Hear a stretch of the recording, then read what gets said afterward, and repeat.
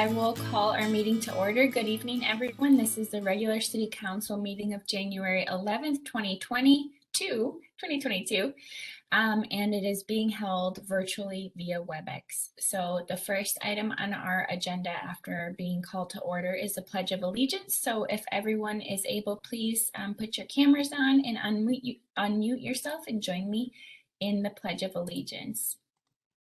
I pledge allegiance to the flag of the United States of America and to the republic for which it stands, one one nation, nation, under God, indivisible, with liberty and justice for all.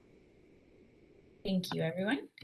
The next item is our open forum, and I do believe we have either people calling in and or comments, so I will pass it to our executive assistant, Wynn, to let people know how they can participate in the open forum, and then let us know if anyone is on the line. Thank you, Mayor. We always encourage our residents to partake in our open forum, and we'd always like to hear your comments. You can feel free to call in now and have your comments heard by council during the meeting live at 612-861-0651. You can also email me ahead of time if you'd like your comments read by a staff person at kwyn@richfieldmn.gov. You can also call me ahead of time and we can have your comments read if you'd like to leave a message at 612-861-9711. Again, if you'd like to call in now to have your comments heard by council, and this can be anything, it's not things that are not on the agenda. We have changed that. So if you would like to comment to council about anything, any topic, you can call in and let us know. 612-861-0651. And I do have someone calling in, so if you give me just a moment, I'll get someone through to you.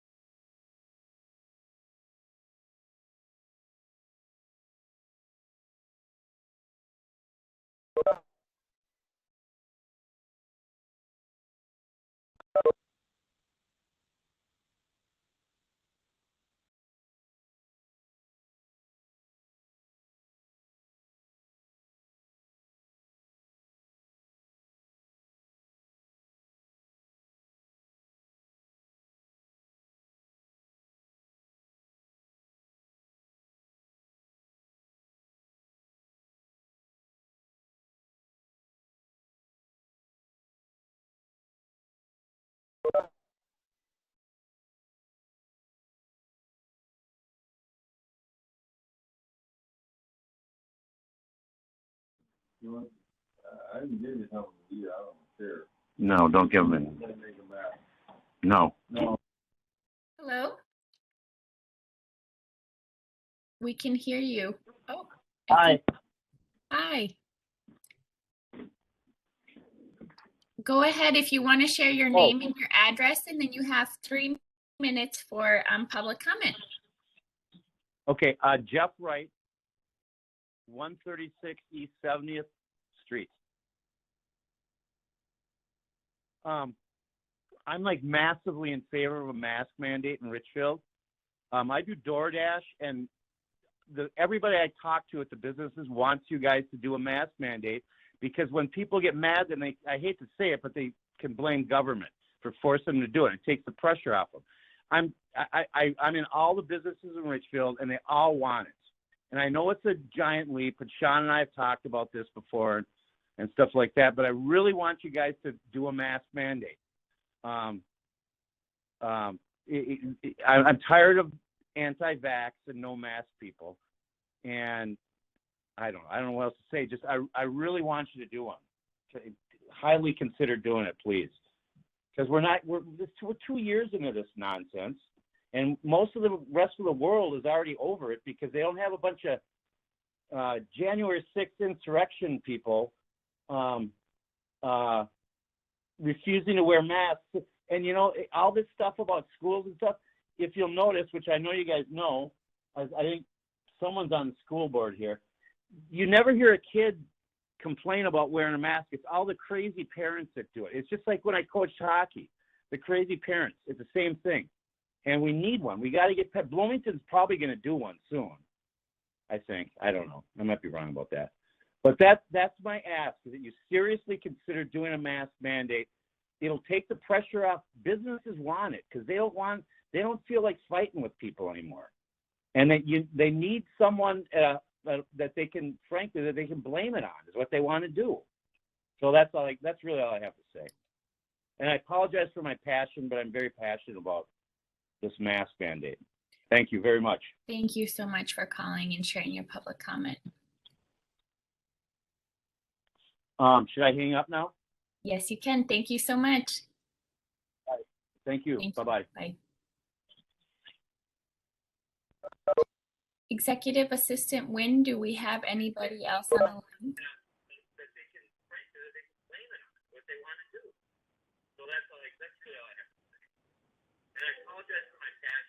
Yes, we do have another caller patched through. Caller, if you would like to please mute anything you have in the background so we can hear you, and then you can go ahead with your comments.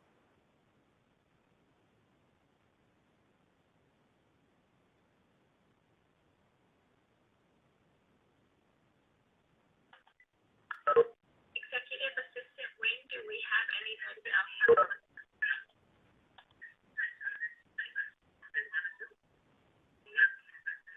Hello, I think you are on the line. If you want to turn your radio off or down, and then we can hear you better. If you want to share your name and your address, and then you have up to 3 minutes to share your comment.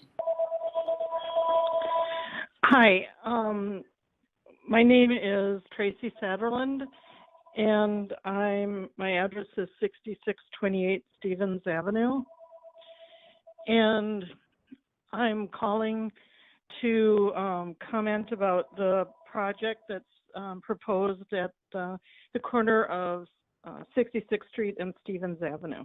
I have a couple comments before you make a decision on approval. First off, I want to talk about the adverse effects of the project on the neighborhood.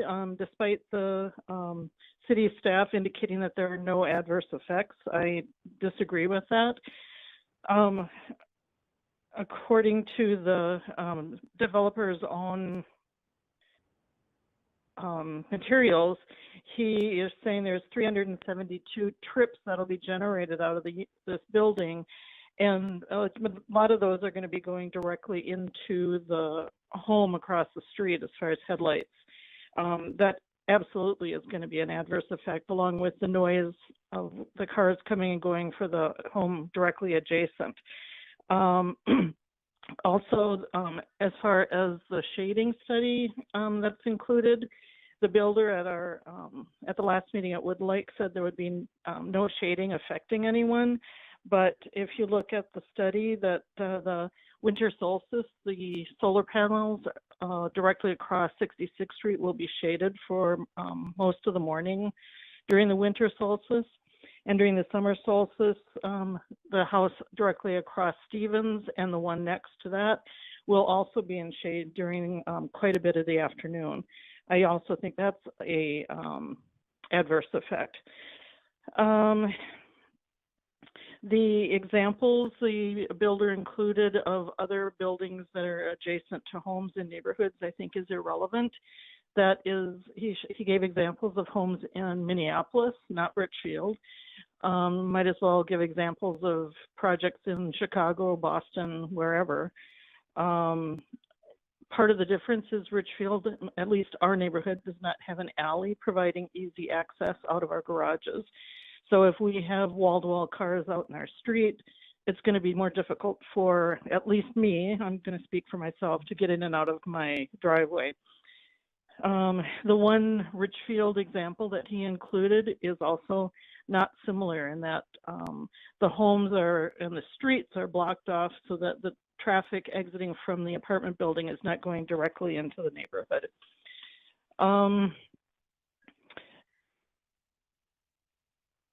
What I would like to maybe have considered, since I think the general consensus seems to feel like it's going to be approved, is that you approve it for a smaller development, maybe 50 to 60 units.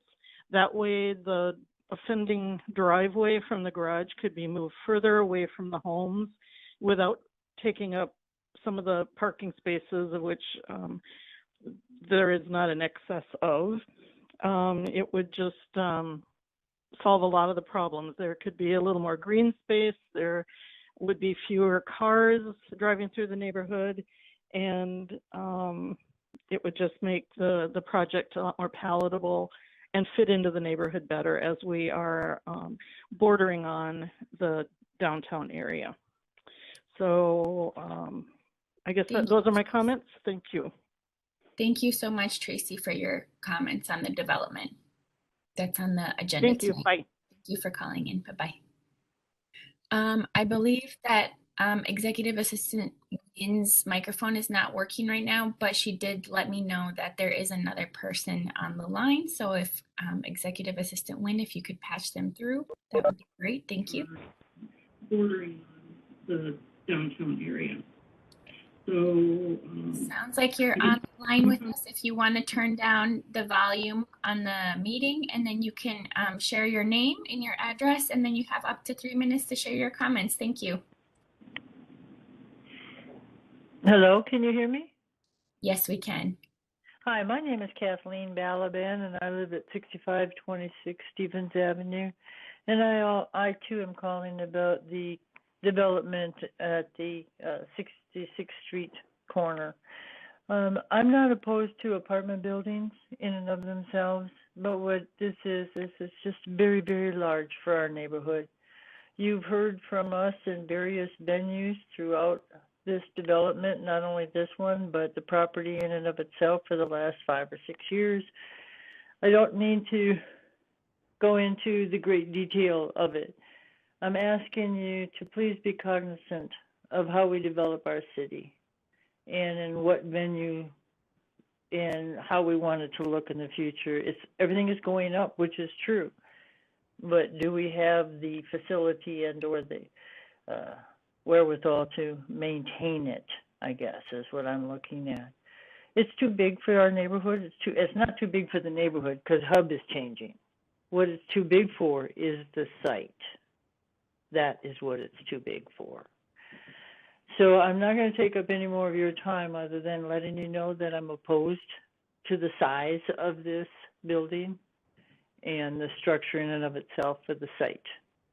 I'm not opposed to an apartment building, but I'm opposed to this specific volume and size. I thank you for your time. I thank you for all the things that you've done for our city. And I'm hoping that you work with this and get it smaller and yet still functional for our city as we move forward. Thank you. Thank you, Kathleen, for your comment. Let's see here if I have. As of right now, I am hearing from Executive Assistant Wynn that there are no other callers. We can wait. There was one email that I said I would read that we got that I passed on to Executive Assistant Wynn for the open forum. So I'll just read that now. Good afternoon to you all at the City Council, and I'll read, let's see here. I'll read the name and the address at the end. At the City Council meeting scheduled for this evening, you will be considering a resolution request for the plan unit development, final development plan, and conditional use permit for proposed development at 10166 East. I understand that the neighborhood feedback will not be accepted this evening. I just want to add a caveat that was clarified with neighbors who contacted me and possibly other council members as well, that they could provide their comment. I am reaching out to you to register my continued concerns for this project. While I know that this is Councilmember Hayford O'Leary's part of town, I wanted to include the rest of you as well, as you are also voting on the approval for this project. The site in question, in my opinion, is too small for a building with 82 rental units. As I understand it, the maximum number of units the site is currently zoned for is 75. So I'm concerned that developer has taken the liberty of proposing a building with more units than currently zoning allows. Concerns raised to the developer during most recent community meetings on unit size were pushed off as being for the good of Richfield. I live in Richfield too, and as do my neighbors that will be impacted by this building. At the proposed 5 stories, the height of the building will be more than double the height than anything currently exists in our neighborhood or even at the hub.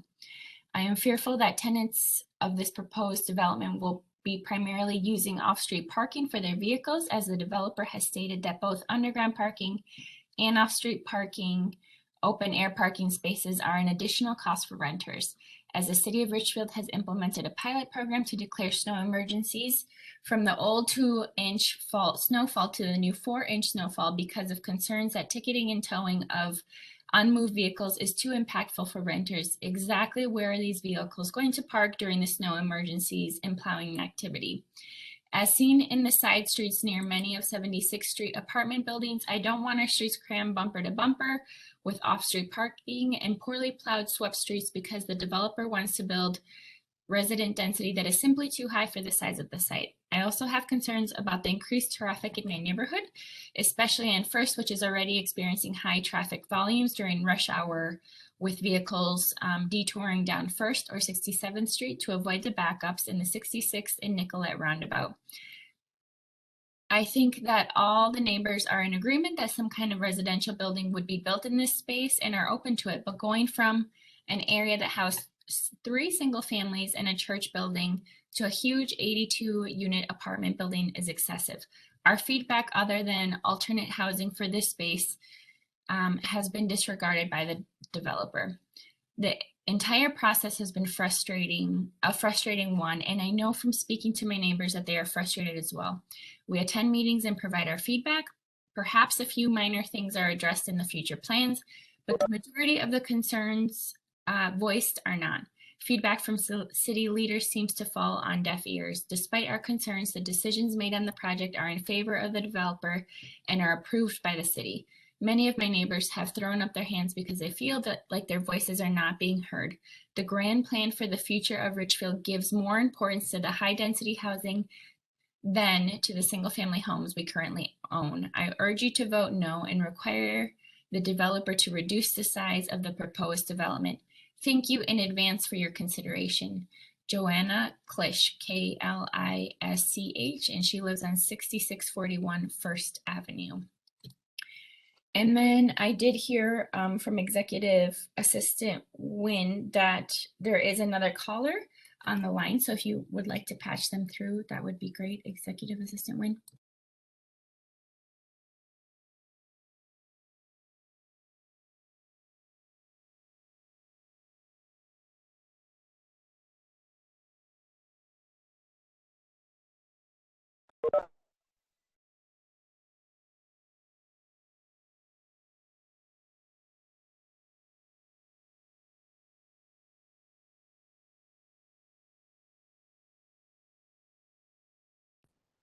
Hello, is anyone on the line? Yes, I'm on the line. Hi, thank you for calling. And if you want to share your name and your address, and you have up to 3 minutes to share your comments. Okay, my name is Catherine Bender, and my address is 6637 Stevens Avenue South. And I am calling regarding the development that is planned to go on in our neighborhood. And I just wanted to say the planning commission did basically, it didn't pass planning commission, and our concerns are what you all have heard before, that it's too big for that space. Not only did the developer come back with more units in it after the first meeting, which increased the number of people that will be driving down our street, parking on the street, creating issues during the winter for snow plowing, and the rooftop open space is going to increase the potentially increase the noise levels and issues for the neighborhood, as well as the neighbors that are directly near the new development. In addition to what a lot of you have heard before, I know you've gotten emails and other comments that it's just too big for that space. So I'm just asking and hoping that there are a lot of apartments being built in Richfield, and we've accepted that there does need to be something there, but the scope of this project is so large that it is going to greatly affect the quality of life for the residents that have been here for years and years and years. This is a quiet neighborhood, and it is definitely going to change our neighborhood when it doesn't need to be this large. I can respect that he spent a lot of money for this property, but he also knows what it was zoned for before and what was accepted. And he's coming back with almost 3 times the amount of living units from the previous development.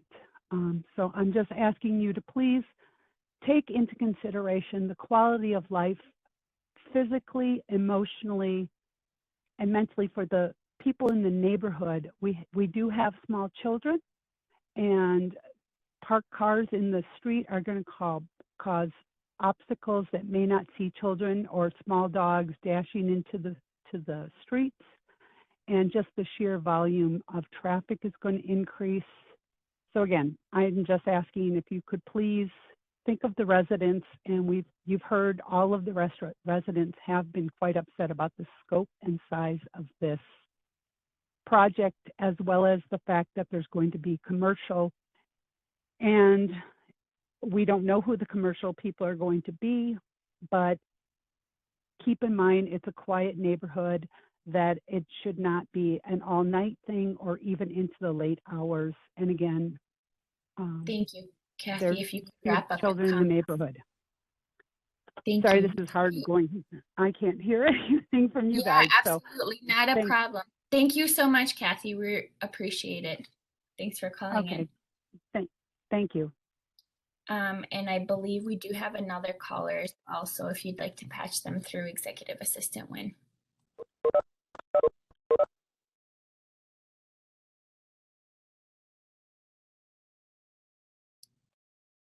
Hello, can you hear us? Hi, if you want to share your name and your address, and then you have up to 3 minutes to share your public comment.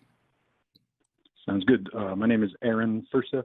I live at 112 East 66th Street, which is the gray house directly across from the development that we're discussing.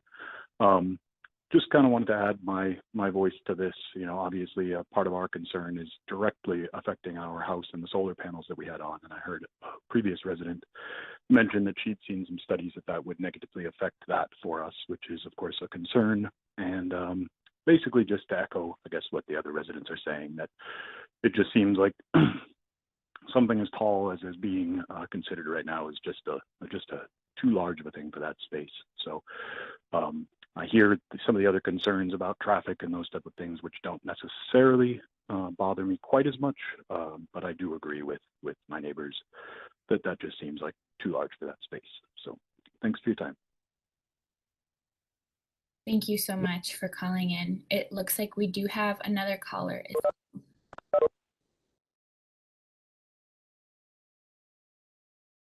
Thank you for joining us. Can you hear us? Hello? Hello? Hi, if you want to share your name and your address, and then you have up to 3 minutes to share your public comment. Sure. Hello, this is Julie Lipinski. Thank you to the council members for hearing our comments tonight. and I live at 6621 Stevens Avenue in one of the 3 homes closest to the proposed project. I'd like to thank Councilmember Hayford O'Leary for hearing some of our concerns in more detail, so he'll be able to represent those, and I won't go through all that detail. We do share the city's interest in the addition of new housing. It's very important, and also the successful development of this property. And the city will see a lot of benefits. The developer will also prosper. But we'd also like to see the adverse impact on our properties be minimized, and feel that to date that hasn't happened. We do need help from the city to mitigate the adverse impacts of any project built on this site. As people have stated, this one feels too large. It just is really tough to mitigate those negative impacts given the size of the project. And one example I'll talk about with that is that the unsolvable problem related to the size has been mentioned before, but I think it's worth mentioning again because it's so significant. The ramp has gradually grown to a point where now it's 80 cars, and 400 trips per day will enter and exit right next to several neighbors' bedrooms, home offices, and living rooms. And we've been told it can't be moved. Presumably that's because the site is too packed and there's nowhere to move it. But we won't be able to enjoy the quiet spaces in our homes, and it's a huge problem, and we'd like a solution for that. If this building could be 100% residential, it would free up parking space for residents and could add visitor parking, which there is none of. Also, the increase from 75 to 80 units is just not a fit, as people have said. This is at the very far edge of the city center district. In fact, it's beyond that. And it's 85% surrounded by single family homes. That's why the impact is so great. I'll be wrapping up in a minute here. Landscaping, fencing, and first level parking need to be effective in screening. One of the things that was mentioned was safety for kids and pedestrians. That's really critical. But the addition of parking by eliminating the commercial space could help reduce neighborhood parking and make it safer for kids and pedestrians. It's often been stated that neighbors had input. In the developer's documents, it talked about some changes, but those weren't the ones we asked for, and there's just no sense of having been listened to. No one knows the impact better than those who will live next to this building for 24/7 for years to come. Please help us to mitigate these issues and by approving a smaller project and addressing some of the concerns we've described. Thank you again for listening. Thank you so much for calling in, Julie. Okay, I thought we had one other one. I know Executive Assistant Wynn that you still can't use your microphone. Could you just update me again? No more callers. Okay. So it sounds like we have no more callers, and then that was the only one that I got in to send forward for to be read. We'll just wait a little more to see if we have anybody else from the open forum. Mayor, I wrote it down. Could we repeat the phone number if folks were tuning in late? Yes, go ahead if you have it written down. It's 612-861-0651.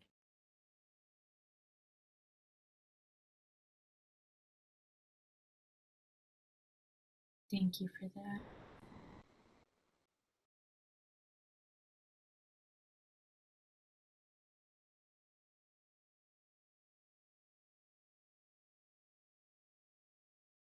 Okay, Executive Assistant Wynn, if you could just let me know if we have more callers. No more callers. Okay, seeing as we have no more callers or public comment to share, I will close the open forum and move it to the approval of the minutes of the special City Council meeting of December 9th, 2021, the City Council work session of December 14th, 2021, and the City Council regular meeting of December 14th, 2021.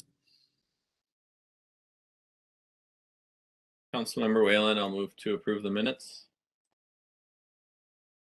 Hayford O'Leary, second. Thank you. The motion has been made by Councilmember Whalen to approve the minutes and seconded by Councilmember Hayford O'Leary. Any comments or questions on the meeting minutes? Okay. Let's see here. If staff could take roll call vote, then Yep, I'll be taking roll call. perfect. Thank you. Mayor Reagan-Gonzalez, Aye. Councilmember Supple, Aye. Councilmember Troughton. Believe you mouthed aye. Aye. Aye. Councilmember O'Leary, Hayford O'Leary, sorry. Councilmember Whalen. Aye. Thank you. Thank you, City Clerk Sinning, and we have approved the minutes. The next item is the approval of the agenda. Councilmember Supple.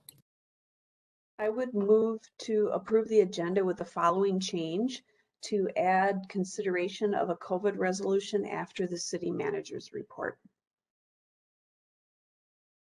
Councilmember Troutman, I'd second. Thank you. The motion has been made to approve the agenda with an amendment to add a resolution related to COVID after the city manager's report, and seconded by Councilmember Troutman. Any comments or questions from council members? Councilmember Whalen. I just wanted to ask, I know the resolution is the one potential action that is ready tonight, but recognize really the agenda item is a larger conversation to discuss just the emerging situation, and just wanted to make sure that the various options we are considering are all possible with the specific amendment that was just made. Councilmember Supple. That I would interpret it that way. That would be a broad conversation about COVID. Thank you. City Manager Rodriguez. Thank you, Mayor. As you know, we've been trying to move quickly to address the latest surge of the pandemic. And one of the things was to add this resolution. We were not planning to do that. We were planning just to have a discussion at the city with the city manager's report. I tried to put together a presentation that would provide the public some information today, and I could attach that to the city manager's report, and that's where we had intended to have that discussion.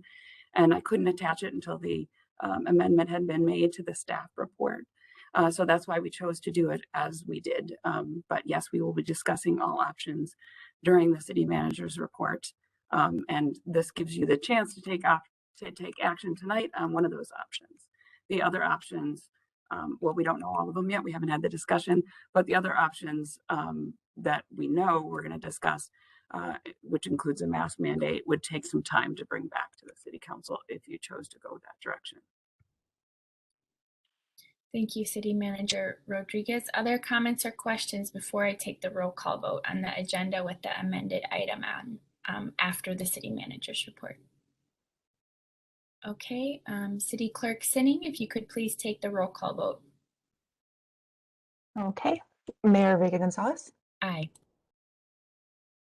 Councilmember Supple. Aye. Councilmember Troutman. Aye. Councilmember Hayford O'Leary. Councilmember Whalen. Aye. Thank you. The agenda and the amendment have been approved. The next item is the consent calendar with City Manager Rodriguez. Thank you, Mayor. The consent calendar contains several separate items which are acted upon by the City Council in one motion. Once the consent calendar has been approved, the individual items and recommended actions have also been approved. No further council action on these items is necessary. On tonight's consent calendar, item A, consider approval of a joint powers agreement with the State of Minnesota Financial Crime Task Force and the City of Richfield acting on behalf of its police department. Item B, consider approval of a temporary on-sale intoxicating liquor license for the Blessed Trinity Catholic School Snowball event to take place on Saturday, February 5th, 2022 at St. Richard's Catholic Church, located at 7540 Penn Avenue South. Item C, consider approval of the COVID-19 response services agreement with the City of Bloomington. Item D, motion to pass a resolution regarding Hennepin County SCORE 2022-2025 agreement. Item E, consider a resolution designating official depositories for the City of Richfield for 2022, including the approval of collateral. Item F, consider a resolution authorizing the use of credit cards by city employees otherwise authorized to make purchases on behalf of the city. Item G, consider a resolution designating an official newspaper for 2022.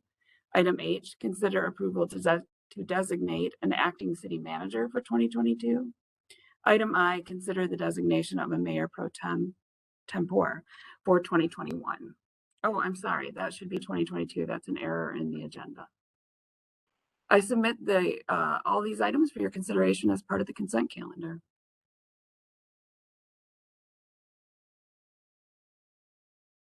Councilmember Whalen, I'll move to approve the consent agenda. Councilmember Supple, I'll second. The consent calendar, the motion has been made to approve the consent calendar by Councilmember Whalen and seconded by Councilmember Supple. Any comments or questions on the consent calendar from Council? Councilmember Supple. I just want to highlight the importance of item A about the Financial Crimes Task Force as having dealt with identity theft in the past. And actually, I got help from the Ridgefield Police Department in that regard in the past. I think it's really important that we do have something to be pushing back on the identity thieves and working on that. So I'm glad that we're working together. Thank you. Thank you. Councilmember Troutman.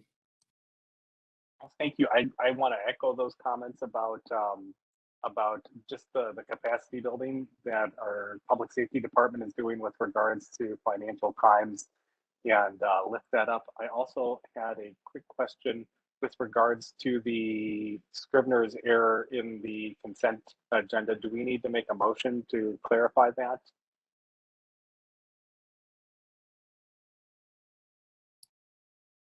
I would ask our city attorney.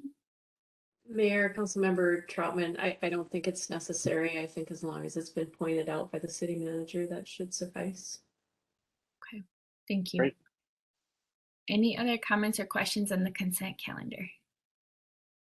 Okay, City Clerk Sinning, if you could please take the roll call vote. Mayor Vega Gonzalez. Aye. Councilmember Supple. Aye. Councilmember Troutman. Aye. Councilmember Hayford O'Leary. Aye. Councilmember Whalen. Aye.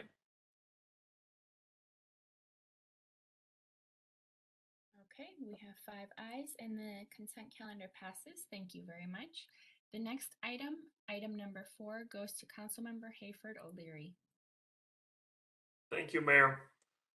This item is to consider a request for planned unit development, final development plan, and conditional use permit for a mixed-use building at 101 66th Street East. The executive summary: North Bay Companies, the applicant, has submitted requests for land use approvals for a mixed-use development at 101 East 66th Street. The proposal consists of 80 residential units and approximately 2,685 square feet of commercial space within a 5-story building. The subject property is guided as mixed use by the 2040 Comprehensive Plan and was rezoned planned mixed use in conjunction with prior land use approvals. The proposed 5-story development provides active building uses and pedestrian emphasis along 66th Street. Ground level patios with access along 66 are provided for first floor residential units, and a commercial plaza is oriented towards the northwest corner of the site. Off-street parking is provided underground and in a surface lot behind the building. Access is provided via 2 driveways, one each on Stevens Avenue and on First Avenue. The driveway exiting onto Stevens Avenue is limited to residential traffic and includes a bump out to discourage southbound right-out exits. Landscape plantings, fencing, and green areas serve as a buffer and screening for properties to the south. And then a summary of the plan modifications so far. At a work session on June 21st, 2021, the applicant presented a concept plan to the City Council, Housing and Redevelopment Authority, and the Planning Commission.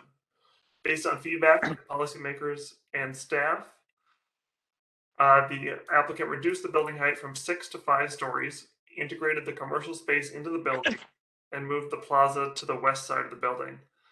Prior to submitting a land use application, though not required to, the applicant held a neighborhood open house, or two neighborhood open house meetings on August 17th and October 28th. Based on feedback from nearby residents, plans were modified further to relocate the amenity deck to the 5th floor and modified to provide additional parking below grade in order to eliminate the on-grade enclosed parking lot. The Planning Commission held a public hearing for the submitted development plans on December 13th, 2021. Draft minutes of the meeting are included as an attachment to this report. 6 members of the public spoke in opposition to the project. Those speakers expressed concerns over the project's density and height, the parking and screening of the building and driveway, noise from residents of the building, noise and odor from commercial tenants. The Planning Commission voted 3-3 on a motion to approve the proposed project. Since that motion failed, the Planning Commission is not providing a recommendation on this proposal. The Planning Commissioners voting against the motion expressed concerns regarding the project's size and density, the number of deviations from the code requirements, and whether or not the project warranted an application of planned unit development. Following the Planning Commission meeting, the applicant further refined the development plans in an attempt to address these concerns. The number of residential units has been reduced from 82 to 80. Additional interior parking has been added. Removal of 1 surface stall for additional setback and buffer from First Avenue, and refinement of bicycle parking space to exceed even the newly adopted bicycle parking standards. Next section is recommendation, basis, and conditions. Proposed as a planned unit development, the applicant is requesting flexibility with regard to the standards contained in the zoning ordinance. Flexibility is granted in exchange for efficient use of land and resources to encourage innovation in planning and building, and for a well-designed project successfully integrated into the neighborhood. Staff finds that the project warrants application of the PUD form of approval through the use of high-quality architectural design that responds to the vision of the comprehensive plan and provides a reasonable transition from the commercial areas to the west to the residential areas east and south. Furthermore, the zoning code provisions the applicant is seeking deviations from are relatively minor in nature, and staff finds that the overall design of the project meets the intent of these individual zoning provisions. The requested deviations are discussed in greater detail in the policy section and the required findings attachment to this report. This project represents one of the initial redevelopments anticipated within the Hub 66th Street and Nicollet Avenue area as envisioned by the comprehensive plan. As such, a key consideration in evaluating this proposal should be whether the project sets an appropriate tone for the wider redevelopment efforts for the area, which staff finds to be the case. To supplement proposed landscaping screening, staff is recommending conditions of approval regarding replacement of the fence between the subject property and 6613 First Avenue South, as well as a condition that would direct the applicant to install boulevard landscaping at 6615 Stevens Avenue South to mitigate headlight impacts if that neighbor so chooses. And just to be clear, that would be the property across the street from this location. Additionally, staff's recommended conditions of approval coincide with those granted on the Emmy project, including a provision related to the allowed commercial uses and limits on signage on the sides of the building facing south and east. Staff finds that the proposed project meets the intent and policies of the comprehensive plan and code requirements for mixed-use development. Therefore, staff recommends approval of the project. I know I have some questions for staff, but does staff have anything additional to add at this time? No, I don't have anything to add. Okay. Do we allow the applicant to speak at this point, or would that only be if we had questions for them? I think if there's questions for them. Okay, if it's okay with you, Mayor, I'd like to just go into my questions for staff. Go ahead. So a few questions that I have, some of these I've reviewed informally with staff, but I think they're important questions for us all to consider, so I do want to go through them. My first question for staff, if we were to reject this PUD, just vote this down flatly tonight, what would the recourse be for the applicant? Would they be able to build this as one of our standing zoning districts? Would they have the right to do that, or would we have to agree to a PUD? Councilmember Hayford O'Leary, members of the council. Yes, the applicant would be able to request a rezoning just to the straight MUN or MUC district. Those are the underlying districts in the PUD, and the council will be obligated to approve a request to those districts. under that, they would have to make some minor modifications, but they could just re-propose this same project, and they could either ask for variances for the things that they're requesting flexibility on now, or they could make those changes. The minor changes that we're talking about would be that little pinch point there toward the back with the buffer area, the setback, the inset on 66th Street, those minor items like that. If they proposed a project that met those, the council would be obligated to approve. They would not need to propose a project that was necessarily smaller than this, because a project that is larger than this would also be allowed under the guiding and zoning districts. Okay, thank you. Another question, and this has come up, in public input as well. We've talked a lot about how the comprehensive plan mentions an option for edge areas in this downtown area being more like 25 to 75 dwelling units per acre. My question is, through this PUD process, can we restrict the development to 75 or another number? And what would be the trade-offs of forcing the applicant to do fewer units? Yes, the council would have the authority to restrict it to the 25 to 70 dwelling units per acre, finding that that would be a more appropriate transition here at the edge of this district. Doing that in this case, if you wanted to set it, let's say at 75, which is the max, really only changes the number of units permitted by a couple, maybe 2 to 3 units. I don't see that making a large impact on the development and on what happens in the neighborhood and traffic patterns and things like that. It would increase costs for the developer who is proposing additional affordable units. It would be a question for them whether or not they could provide those if their costs were increasing. They'll also be likely coming to the Housing and Redevelopment Authority to ask for assistance with this program, or I'm sorry, with this project, and it would increase the subsidy necessary to make the project work. Thank you. Another question I have, there are some restrictions on retail uses. Are we able to do additional restrictions? Are there any that staff would recommend, or what would be the trade-offs of doing that? Yes, the council could further restrict the types of commercial uses. You'd want to think about the impacts of the uses in particular, and how those might impact the adjacent neighborhood. I would say that the Plaza 66 commercial development farther to the east is a good example of some of the uses that I've heard concerns about. For instance, coffee shops, or kind of high turnover quick service restaurants. We have not seen or heard complaints related to the traffic at Plaza 66 and the adjacent single family neighborhood. So I don't think that we would recommend those. The council would be able to put them in place. Great, thank you. Then my last issue that I wanted to ask staff about, so the neighbor across the street, 6615 Stevens, the business with the ramp exiting and headlights potentially facing directly at that house is an area of concern for mine. I understand the logistics of getting the maximum amount of parking on the site, but I think that is a really legitimate concern. And we do have a partial solution of requiring that they install plantings to block the exiting car headlights. My first question is, what if they simply don't do it, or the neighbor isn't satisfied that they've held up their end of the bargain? What can the city do? Sure. I think that because we're proposing it as a condition of their approvals, ultimately, if they did not comply with that condition, we could withhold their certificate of occupancy. I think that what we would ask is that the developer would include us on any correspondence with that neighbor so that we could monitor that and make sure that it's happening.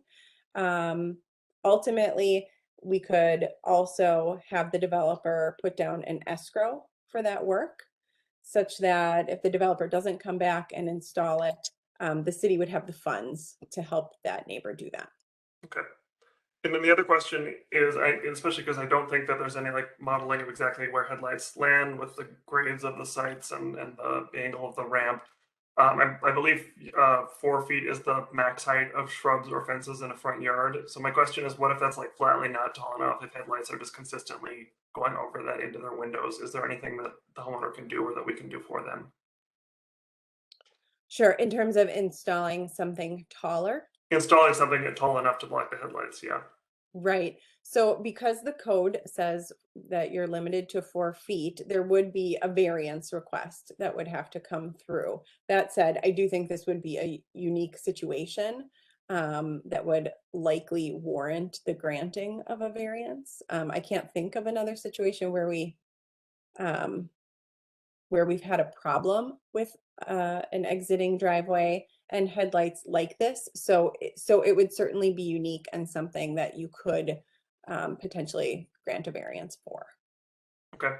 And then my last question, just because it came up earlier, can you describe the impact on the solar panels or how the city evaluates that issue, or why the developer concluded there wasn't much when there were shadows in the winter? I think the developer is probably the best person to answer that. I can tell you that in our review of the documents submitted, we agree that there does not appear to be an impact on the roof of that property across the street. But they are probably the best to answer that question since they did the modeling. Okay, thank you. I will save that for them. Those are the questions I have for staff. I don't know if any others have questions for staff. Thank you. Thank you, Councilmember Hayford O'Leary. It looks like Councilmember Supple has questions, and then when Councilmember Supple's done, Councilmember Troutman can go. Go ahead. I had 2 questions for staff and 1 for the developer, so I'll save the one for the developer and just ask the staff questions. It says in the staff report that you're going to be doing traffic pattern monitoring. So is that a case where if that bump out that tries to discourage people from turning right doesn't work, they would put in like a no right turn sign? Or what would happen as a result of that traffic monitoring? What things are they looking for? Thanks, Councilmember Supple. In actuality, what we would be looking for is to monitor the volume of the traffic and monitor safety concerns. So we would likely have the engineering department put out tubes now to measure the volume of traffic on the streets, and then have them do that again once the development opened. There is proposed to be a sign on that bump out that says do not don't take a right turn, don't go south. But that is not something that will be monitored by Public Works or the police department. It will be a private sign. In actuality, it will be more of an encouragement and a recommendation. You know, the folks that are going to live in this apartment building, if it's approved, will also be members of this neighborhood. While we believe that it makes sense for most of those trips to go to 66th Street, we also want those folks to feel welcome and part of the neighborhood and not make this so I can't think of the word. We don't want to make it an unwelcoming experience for them. I think that the folks that live there will want to be part of the neighborhood. So we would not enforce that sign. All right, thank you. And then the other one, some of the people mentioned issues with water pressure and water usage. And I saw in another part of the report that Public Works said there shouldn't be an impact. So is that water usage included in that? And if there's already a pressure issue, is that something that we should be forwarding as a concern to Public Works, even if this doesn't get approved? Thank you, Councilmember Supple. We did talk to Public Works about that before when that concern first came up, and I spoke with them again today. Public Works monitors water pressure throughout the city on a regular basis. Pressure is maintained at 60 to 70 PSI throughout the community at all times. And what they are primarily concerned about is having enough pressure for emergency services, for fire. So while the water pressure may be slightly lower in this area, one, the addition of the apartment building should not change it. But two, it is within normal range. So there is no impact to water pressure expected as a result of this project. Thank you. I'll save the rest of my questions for the developer later.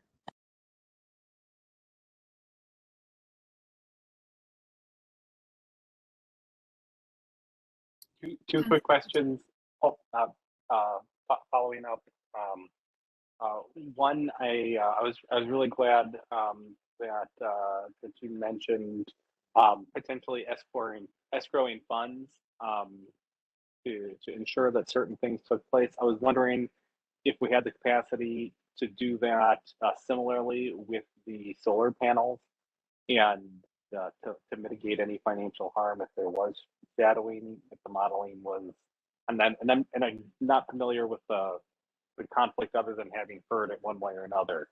So I wondered if that was a possibility. And I had a similar question of what remedies we might have if we did find that the project lowered water pressure for the neighborhood. Councilmember Troutman, I might have to ask City Attorney Teachin about the solar panel issue. I don't know the answer to whether or not we could escrow funds to ensure there was no impact to those solar panels.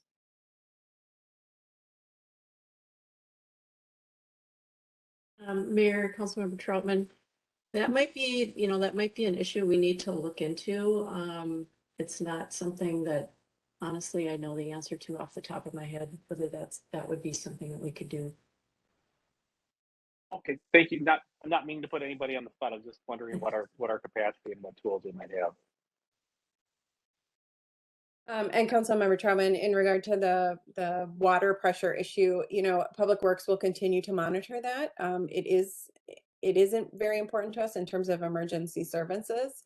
So I don't expect that it would get any lower than standard, or it is something that would definitely be addressed. But the entire utility plan is reviewed as part of the development and permitting process. So I would expect that we wouldn't have any issues there. And just to clarify, if there were issues, that would just be incumbent on the city in any circumstance to make sure we had the capacity necessary to both be safe, but I'm sure to fall within a range that that we have a range that of pressure that's expected in Ridgefield, and that would be something that would need to be that we the city would be obligated to remedy. Yes, that's correct, because we need that pressure for emergency purposes. Yes. Thank you. Councilmember Whalen. Thank you, Mayor. I wanted to ask, I really appreciate staff and Councilmember Hayford O'Leary's conversation about sort of what the size already allowed, that and how much say we have over that. I also, just for context in this, my understanding is that a big or one of the main reasons that the previous proposal that was smaller fell through and did not happen was because of the financial side of things. Is that correct? I guess I say this because in consideration, it feels like we are looking at something around this size or nothing, that I'm not sure a smaller project pencils out. And I obviously the developer, even the best developer that wants to partner has a financial interest, but I know staff look at those documents as well, especially as it heads to the HRA. And so I was curious staff's perspective of if a smaller project is even financially realistic for this site. Councilmember Whalen, you're correct. It is very difficult to get a smaller building, a building around 30 to 40 units. It's very difficult to get those to pencil out. The way that we're seeing that size project come forward is, and even these projects are getting larger, are when they have significant subsidies, for instance, when they're tax credit projects. So for fully affordable tax credit projects, occasionally we can see them come in at that 30 to 40 unit range. So I do think that on this site, it would be very difficult, and the previous developer found that, to get a project to work. And you're also correct that as wearing our HRA hats, when we're reviewing the financials of a project, we are not only looking at we're looking at their costs, we're looking at their labor estimates, we're looking at all of this. We're also looking at their rates of return to ensure that any assistance that the HRA might give them is not enriching the developer beyond what they would expect on a regular project. So yes, we are watching those things as well. Thank you. And a follow-up question to that, which I believe may be getting more into HRA territory, which I'm not a part of. But I know there was discussion of TIF funding for this. I believe, I haven't been on council that long either, but I believe it's relatively new and rare to be, but now not, it is something we've done to offer just direct subsidy for projects rather than, I think previously it had been much more common to use TIF. I guess, is there, part of my interest, and this may also be a question for the developer later, is that two of the this project certainly meets some of our housing goals of affordable units, accessible units, and I think there's a variety of things that this is hitting, but it does favor smaller units and favor that 60% AMI level. So I guess my question is, are we already for the project as proposed, anticipating that they will be asking for a direct subsidy in addition to TIF? Or if not, and this is also a suggestion to members of the council who are on the HRA, could we consider an additional subsidy that would help get some more deeply affordable units and or some larger units? And one neighbor in particular had asked if fewer larger units would be a potential solution to the financial problem, which I know if you're looking solely at profit, fewer or more small units is going to get you there. But yeah, anyway, that was a whole lot, but if staff could speak to that, I'd appreciate it. Councilmember Whalen, the evaluation of this project by the HRA is very preliminary at this point. So anything in terms of affordability or final numbers is at this point just a proposal by the developer. And as soon as we start getting those numbers back from our financial consultant, Ellers will start more thoroughly evaluating whether or not there's room to ask for deeper affordability or a different mix or something like that. At this point, with the preliminary numbers that we've seen, I wouldn't anticipate needing an additional upfront subsidy. I would expect that the tax increment generated by this project would be able to fill the gap. That said, if the council wanted to approve a significantly smaller project, that gap just increases. And at some point we do get to a point where it cannot be filled. Thank you.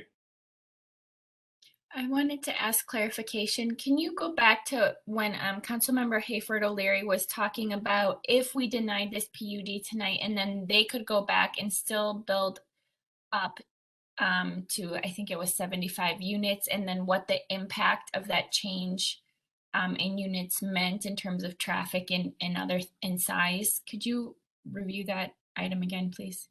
Yes, absolutely. So if this PUD is not approved, the developer would likely request that the property be rezoned just to one of our straight zoning districts, not a planned unit development. What that would mean is perhaps they would request that the project is rezoned to MUN, our mixed use neighborhood district. It's our least intense of the neighborhood of the mixed use districts. It does, however, allow up to 8-story buildings by right, so long as you can park the project, which in this case, they are parking the project. The density allowed in this area, and there's been a lot of confusion here, the density allowed in this area is 50 to 150 dwelling units per acre. 50 to 150. That district does allow the council to say that at edges, 25 to 75 is more appropriate. So it allows you to bring that down, but it allows for up to 150 units per acre. So a significantly larger project than what is proposed is in theory permitted on this site. Does that help answer? Yeah, and then when you mentioned a part, if you could just repeat it, like if they were to go down to 75, what was the impact on kind of the congestion, the traffic, the height, all the things that the neighbors were concerned about? Sure. So the site is actually slightly just a hair over an acre. And so they would probably be allowed, if you took it down to 75 units per acre, they'd be allowed about 77 units. So that would take 3 units off their proposal now. The reduction of this project by 3 units, I don't really see much of a decrease in traffic. Residential units don't generate all that much traffic. And the impact may be more on the subsidy side, where the developer would then potentially lose affordable units or ask the city for a larger subsidy. I'm not sure that it would greatly improve things for the neighborhood to reduce it by 3 units. Thank you. Other comments or questions from council members? Councilmember Supple. I had a question for the developer.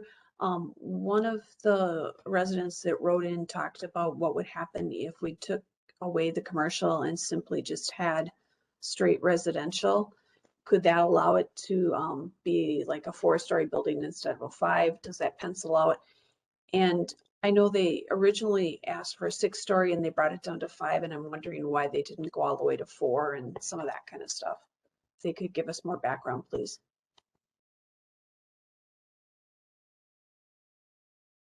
Council members, hi, this is Daniel Oberpiller from North Bay. Do you want me to answer these questions now, or are we saving them to the end? You can answer them now. Thank you. Okay, thank you. Thanks for having us tonight. I do have other members of my team on the phone. This is Daniel Oberpiller. From the architecture team, we have Mick Stinson and Amanda Peterson.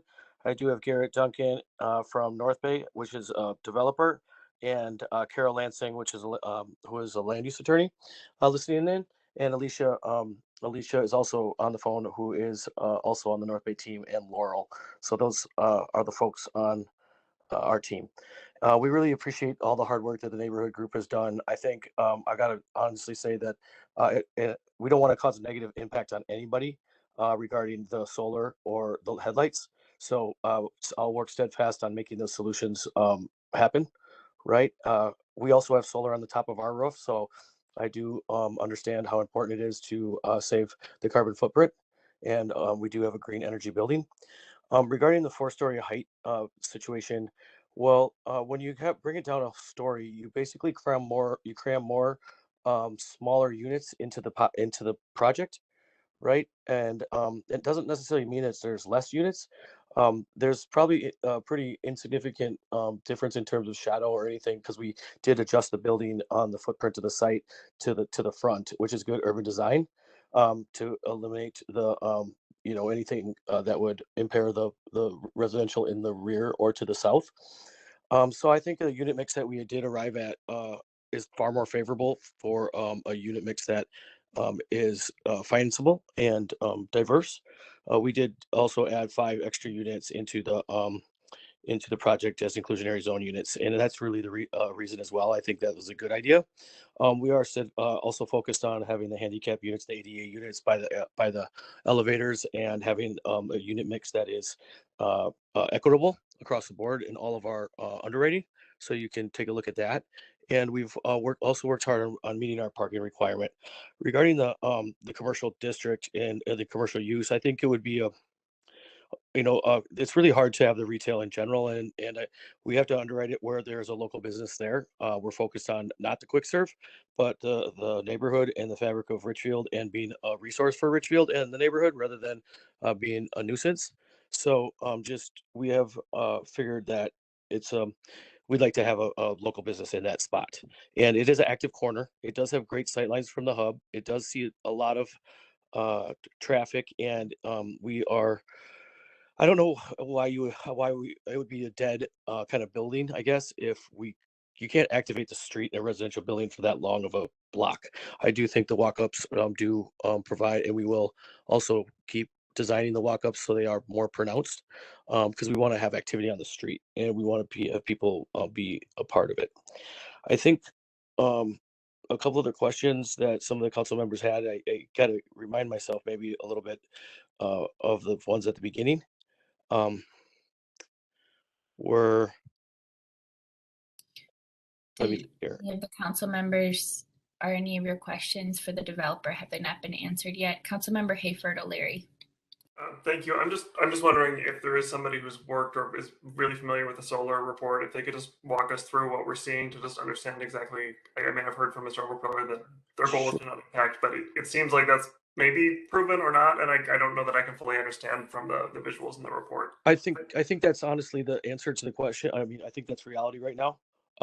What we're looking at here, and I don't know how to do it or have an agreement, before the fact. But I think it could be a condition that we work together with staff and the neighbor. I think we have to do a study on her impact, right? As the world changes, I think it's we need to have that study at the point in time when if I am impacting, right? And I don't think that study exists right now. Or Hey, Dan, this is yeah, Amanda Peterson, DJR Architecture. So thank you, when Amanda. when we design our projects, we are able to model them exactly as they would be. And we have a survey that shows us the exact width of the street and the locations of the houses across the street. And then our design software can actually, you give it where your location is, and then it models the angles of the sun. And so what our shadow studies are showing that is even on December 22nd, which is the winter solstice, which has the most extreme shadows of the year, the shadow actually only extends partially up the wall of the houses across the street. So it never would reach the roof. So unless the design software is, So that said, guys, I think what will happen is let's have the solar folks study the site when we study ours, because we're also going to have solar, so we can just have hers analyzed. And I'm pretty sure the neighbor has her first report of the payback and the return on her investment in solar, and I think we probably can remodel that thing at the point in time when with in consideration with the building as it exists too. I mean, I know that Amanda's had a very good answer, right? But I don't know what that we want to be honest and truthful to the condition. And I appreciate that commitment. I would still like to just fully understand what's in the report, even if you intend to do more. And I'm glad to hear that commitment. But yeah, I'm wondering. So on A20 of your submittal from the A20 and DJRs, it says winter solstice, December 22nd, 12 p.m. and the 5-story max shadow does go seemingly onto about the peak of that roof, which would cover the solar panels. But then the 2 p.m. is no longer covered. So do we have any sense of how is that an hour that it's covered? Is it 10 a.m. Yeah. to 2 p.m.? Yeah, that's what I mean. I can't model it exactly, but I think the solar folks can, and I think the reality of the condition, and I'm committed to adding a panel on her roof if she's losing solar, but I can't really say that. I don't know how to I don't know how to do that in terms of the meeting here, but Okay. yeah, we're not trying to take anything away from her. Okay. Thank you. I will let the rest of the council go. Yeah, sorry, I don't know about the impact. Any other questions from council members that from the developer that were not already answered? Councilmember Whalen. I did purposely ask staff first, but I am curious if the developer could also speak to the idea of whether whether there's a possibility or willingness to consider fewer larger units. First of all, just because we have a goal we've talked about before, the need for more family rental. And then also the second piece of that would be knowing that the financials and TIF and all of that are not totally, we don't have all the details yet, but would the developer be open to deeper affordability if the city, and this is still an if from our end, if the city were able to and willing to provide more of a subsidy to help make that happen? So I think just with the moving pieces in terms of the costs, etc. I did provide 5 extra units, or I wanted to provide 5 extra units because it was the right thing to do, and we could we could achieve the parking, and I know that that's the main focus. I think I do believe that you do need different family site fit housing and different housing types in the Richfield area. Not sure that this is the exact site where I'd put the families, but I'm not against looking at it. And my goal, I'm not coming back to you guys, okay, for money, or that I made a mistake. I just not interested in that deal, and or that option, or that we worked really hard to make sure that this works and make sure that we can pencil it, and with the conditions that we do with the amount of parking below grade that we have, which is rather expensive in general for the parking ratio. And I'm not complaining. I'm open to whatever I can give to the city and whatever we can do to make the world successful. But I don't know the answer to the question, given the moving pieces in terms of costs and the balance yet on the phone here, right? And I'm not sure that it changes the amount of people that are in the building, or I think it changes the housing type, right? But I don't think it reduces the amount of density of people or persons in the building. But I don't know. I couldn't answer it because I haven't done like the model or shown or done the impacts yet, right? Because we haven't really had the price of the building priced fully, or or agree, had the entire model fixed or done yet. So I am confident that I will not be up back for more support, though. But I'm open. I just don't know how to make that commitment right now. Okay. Thank you. I guess then my question for staff would be, as many of these as we've gone through in the last couple of years, I'm not remembering the exact process. This is like the decision point, is it not? Or would there be further times when this would be coming back to council to finalize some of the, and I guess I know the financial details mostly happen on the HRA side, but could you remind us what the next steps would be and what leverage points there are in the future? Yes, Councilmember Whalen, this would be the final decision on the land use approvals. If the developer would propose, or through work with the HRA, significantly change by a significant percentage, like 10%, the number of units, then they would need to come back to you for an amendment to the plan. But generally, this is the final decision on the land use approvals. Okay, thank you.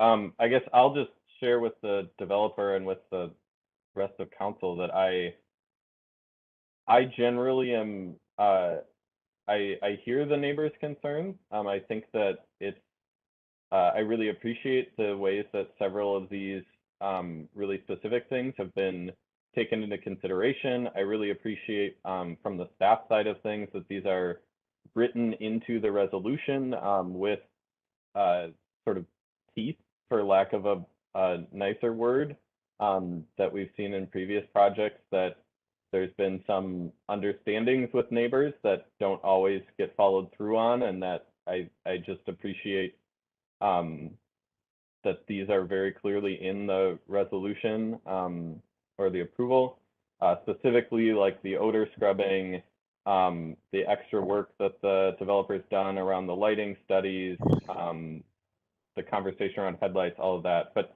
I personally, my initial concerns are very different than the neighborhoods, and so I would encourage the developer. I'm one voice on this council, but in all of the housing work, I am less concerned with, I mean, I don't want you to come back and ask for money because you made a mistake. I would love to have a conversation where you are willing to meet more of our housing goals, if we're willing to further partner. So I understand some of that is still in the works, but I don't think this is a bad project as is, but it is incredibly difficult, and we literally get like single digits even in larger projects of deeply affordable units, larger, certainly 3-bedroom units. I appreciate that you have one and some 2 bedrooms in this project, but I personally would be open to further conversation to meet some of our harder goals that we know takes more funding to be able to do. I think that said, I heard, this is Daniel from North Bay. I really hear your sentiment, and so I really appreciate the good effort, right? And I think Melissa or Ryan, I don't know the answer to the question, but we can get to the next stage, and I'm not at all against helping people. I just need to make it. I don't want to make it a burden on. Or I don't like to retrade, I guess you could say, right? And so I don't. That's something I'm not interested in doing.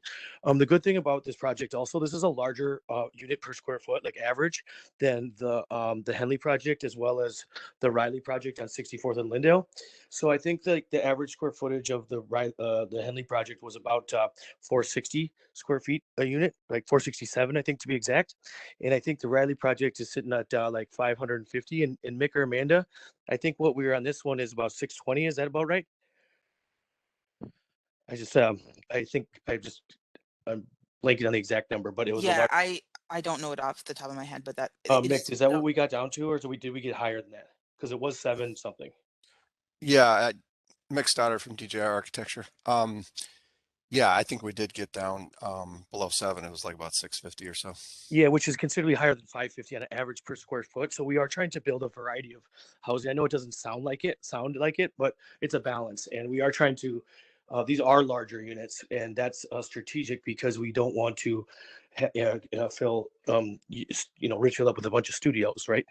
And we want to be stewards, I guess you could say. But I will entertain your conversation and get back to you with the staff, I guess. Thank you. Other comments or questions from council members? Councilmember Troutman. Thank you, Mayor. I wanted to thank North Bay for taking the specific concerns that we've raised seriously, and to the residents, I want to thank them for advocating clearly and consistently over a number of years, even when we haven't always agreed. There's no project that every project is almost always made better when we hear from community. And there's not a perfect answer when it comes to development to say this always works or this always doesn't work. When it comes to what our community should look and feel like now and in the future, we've made a lot of investments in making sure that the infrastructure of our city is sustainable. And part of how we do that is not just putting that burden solely on single family houses.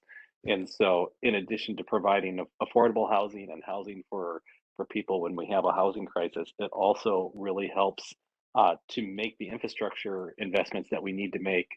So we have a city that's not just good for the moment, but going to be amazing for generations. And so there's no perfect answer, but I'm generally in favor of this project. And I also just want to take note of appreciation that you're making commercial space available, which I think is really important. When we built our city, without a vision for commercial space and without a for multiple tax bases and the kind of community that I think we need now. And so that you're not only making that space, but focusing on a smaller and independent owned business that could fit in there as opposed to a national chain. I also appreciate that, and I think that's the right kind of development for Richfield. Council members, I commit to that for sure, because I want the neighborhood to come outside and be part of it, right? And that's the connection point to the larger public realm and the hub. And this is a very special site, if you ask me. I mean, I went to Washburn, I grew up on 52nd and 3rd, and I remember Arnold's, right? And so those who remember Arnold's, I've been there my whole life. And something that everybody wants is really the goal here. And the investment in the exterior of the building is also important to me, because I don't want it to look bad in 5 years or 10 years, right? So we're going to make a significant investment so it pops, right? And so we can bring the city forward and commit to that as well. And I'm going to join the public art piece as well with the project or something on the site here for you guys too, just because I want to and I like it. Well, thank you for that. Yeah. I also just wanted to lift up the priority of having different sized units and how important that is, Mhm. and so that we have a real diversity of family sizes that are a part of Richfield. And so I think that's also something for, as other people look to develop and build in Richfield, that they should take note of as well. Councilmember Hayford O'Leary. Just to clarify, there are no other questions for the developer from other council members right now, correct? Okay, so although I appreciate the developer's enthusiasm, I'd maybe ask that they not speak unless directly asked, just so we're able to sort of share where we're at, because I appreciate it. No worries, it was not clear. But Councilmember Trotman sort of gave his general, take on this, and I also wanted to do the same. In general, I am in favor of this development. For a couple of reasons. One, I do think it's a basically good thing. It does have trade-offs. I think the neighbors are right to have some concerns, and they've advocated for those with passion. When we get further along, there are a couple of amendments I'd like us to consider, or additional conditions to help address those. But I do think it's a good project because, as the staff report said, this sets the tone for the hub site. It's also strategic here that other projects have failed, smaller projects have failed because they couldn't pencil out. And it's also strategic because if we reject it, they have a very good, compelling option to get a very similar project approved with, frankly, a lot fewer things that the city would like to see in terms of the quality of the frontage along 66th Street and so on. So I don't think it benefits us to reject this planned unit development. One other additional factor that I would mention, it's not a consideration here. They do literally own the site. Oftentimes we get proposals from people who have a purchase agreement contingent on the land use approvals. If they don't get it, they wasted money on doing the plans, but they just walk away. In this case, they do have more at stake, and I think it is more likely that if we were to reject this, they would return potentially with a larger project. So both because I think it is on balance a good thing, and because I think we only stand to lose if we push them into by right default zoning type approval. I think we should approve it. I also want to again note that they've not only met our parking requirement, which I've said at a policy level I think is too high, but they've met that. They've also met that and gone above that. Even if the commercial space were a restaurant, which is the most parking intensive, they still have 4 extra spaces. So I think they have responded to that concern. They have, although not everything has been 100% as neighbors have suggested, they do seem to have made some real efforts to take neighborhood feedback. I was at both of the meetings. For example, moving the roof deck from the 2nd floor, where it would have been closer in height to the neighbors, to the 4th floor, where it was further away and closer to 66th Street. I think that is positive. On the 2 outstanding issues, which I think I'll share as we get into the motion, the ramp continues to be a concern of mine. We've talked about the headlights across the street. It is also close to a neighboring property to the south. And I would like us to attach an additional condition for fencing, much as we did for the First Avenue neighbor, for the Stevens Avenue neighbor. And I'd like us to potentially discuss asking them to relocate the ramp. And I will also suggest a condition related to the solar panels. So that's where I'm at right now, and I'd love to hear from the rest of us. Councilmember Sepple. I'm honestly torn about this because I've kind of been going back and forth as I've been listening to the discussion, because I do think it seems like it's too big for that area, and it would be nice if it would be smaller, but yet I understand the fiscal constraints, that there's a good chance that if it was smaller, it wouldn't happen. And we're in a housing crisis right now. We do need to have the housing. I appreciate the fact that the neighbors have been speaking up and have been advocating, because that has led to some of the changes that the developer has made. So I'm still kind of on the fence trying to decide where I want to go. So I'm interested to hear what the amendments are that Councilmember Hafer O'Leary has, because that may end up swinging me one way or the other. But I do think that a lot of progress has been made, and I'm glad that people have been speaking up and pushing for things to make it better. Councilmember Troutman, did you have something you were going to add? Yeah, it was something that I was going to say, and I didn't. I lost my train of thought there for a second. So another reason why I'm in favor of this project is I've lived in Richfield a lot of years, and that site has been unsightly for a lot of years. Not just recently since it's been abandoned, but it just is not.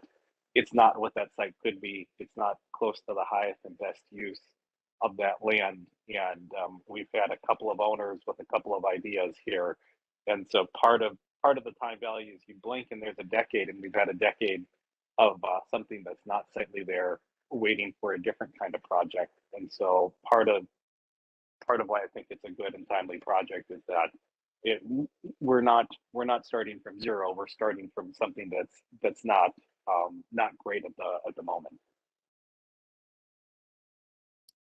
Thank you. Other comments from council? Councilmember Whalen. I just wanted to add, I think this is to the staff report and what others have said. I think this is pointing us in the direction that the longer term plan is for especially the hub area. I know there's still a lot of uncertainty there and fewer commitments or guarantees than I would hope for at this stage. I'll speak for myself. But every idea I've heard, every proposal has included this type of mixed use, taller, more housing in this whole area. I think that part of this tension we're feeling is the inevitable tension of we are a fully built out community and the whole region is growing in population. And so we can't go anywhere but up. And I think with this being the first project in this close vicinity that's this tall, there's more of that tension.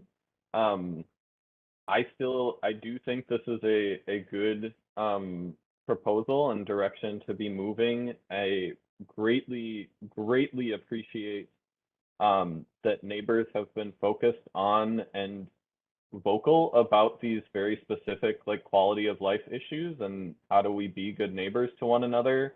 And I think we've come a long way from, I think the first conversation about this was before I was on council and included some very openly biased comments of renters don't contribute to our community. And that's wrong and biased. And I'm hopeful that we can both resolve some of these specific quality of life issues and, as staff spoke to, that when it comes time for a project to move forward, I know we haven't voted on this, but whether it's this one or something else, that residents continue to raise specific concerns that we can address, but ultimately also welcome their new neighbors and build more community in this area.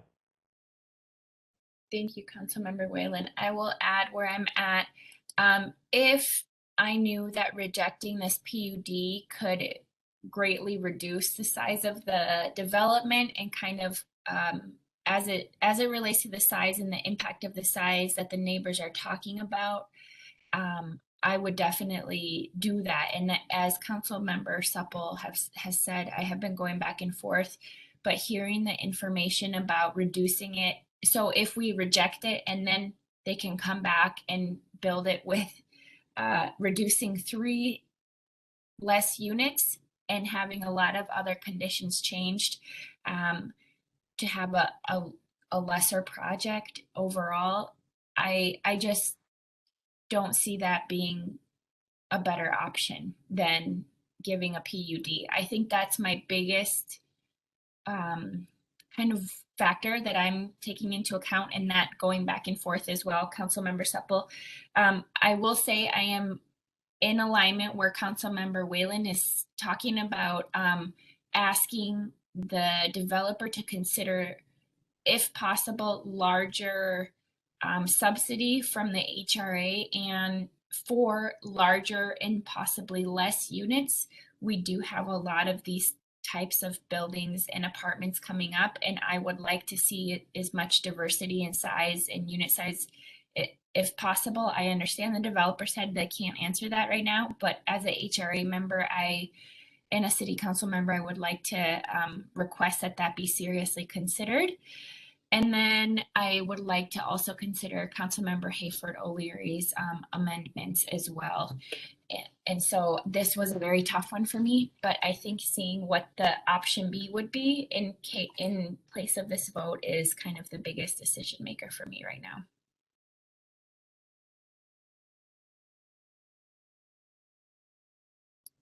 Go ahead, Councilmember Hayford O'Leary.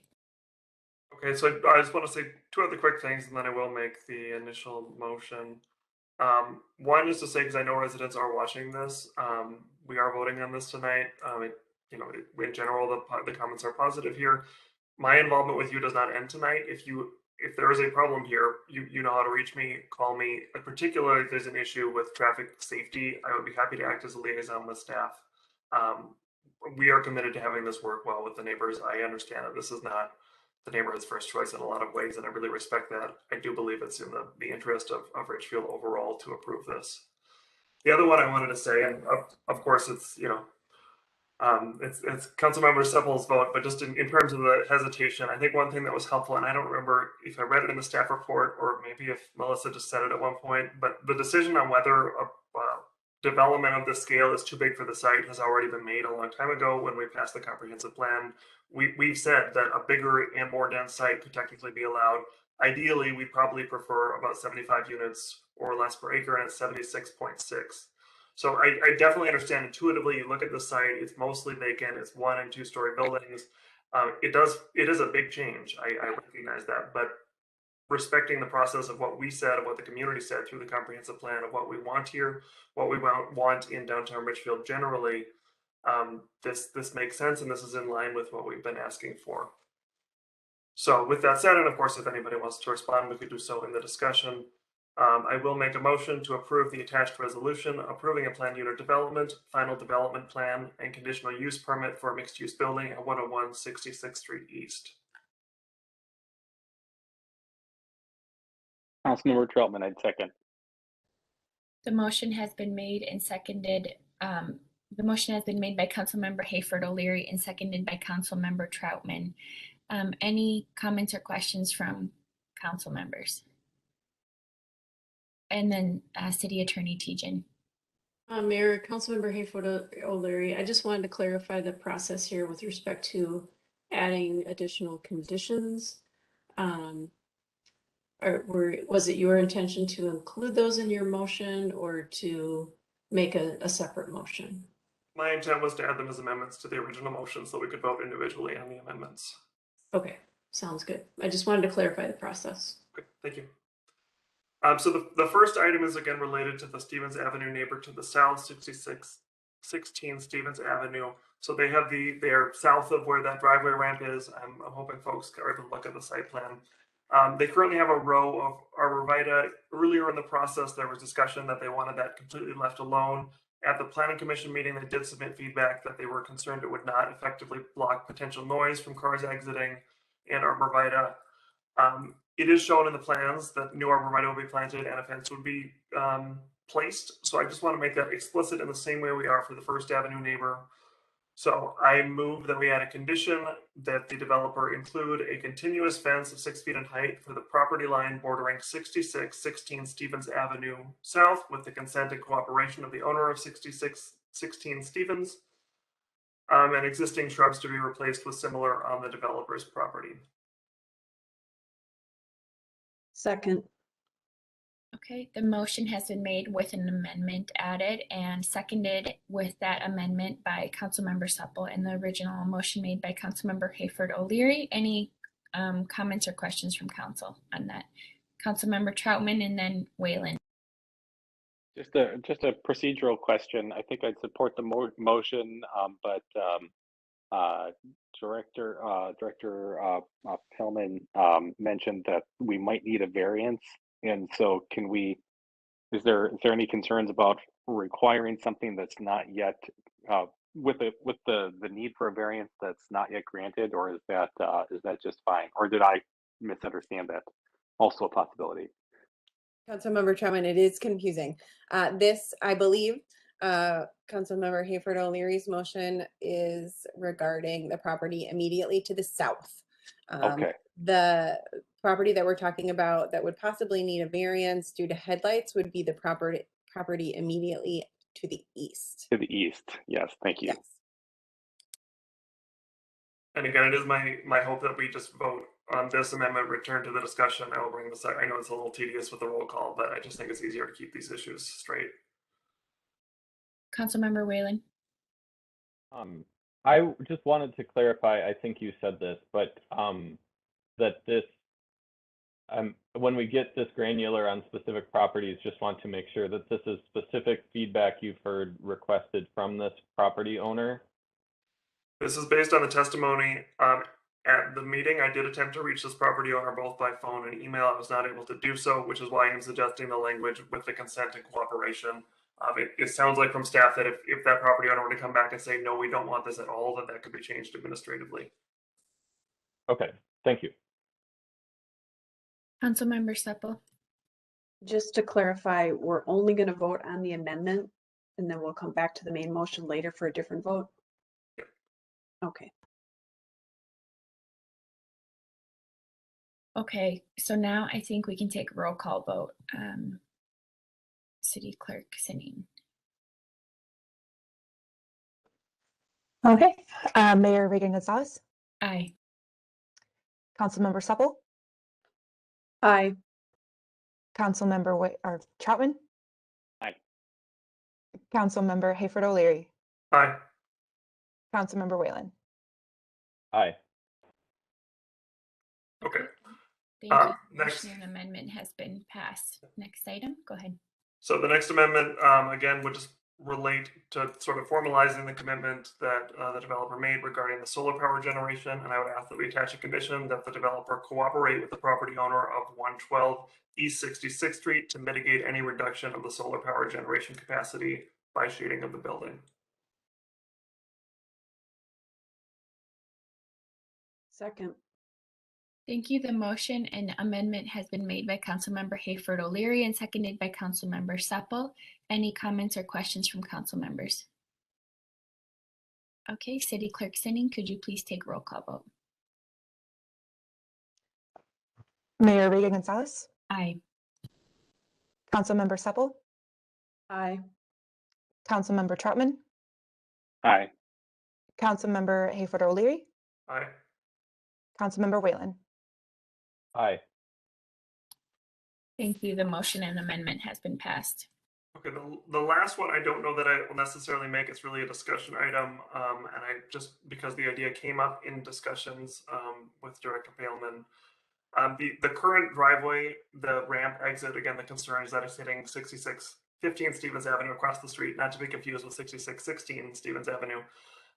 If the driveway were to shift about 10 feet south, it would better align with the driveway of 6615 rather than the living space, which could reduce headlights and reduce or eliminate the need for a taller hedge or a variance. I'm going to say right now, I lean against this. I just wanted to present it as an option. The reason why I lean against it is we've already heard pretty loud and clear that there is reluctance to how deep that goes into the block where the driveway is. It would also bring the driveway closer to the neighbor to the south. And it does seem like there are viable options available for 6615 if an allowed hedge is not available, that the variance process would be promising and impossible for them.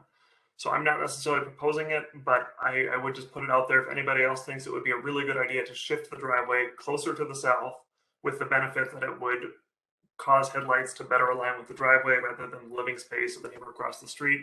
That's something we could add.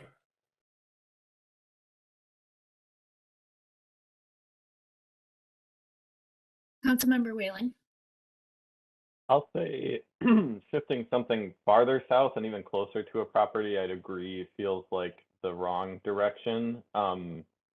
Even if it might make that specific issue better, seems to go against the more broad feedback that we've heard.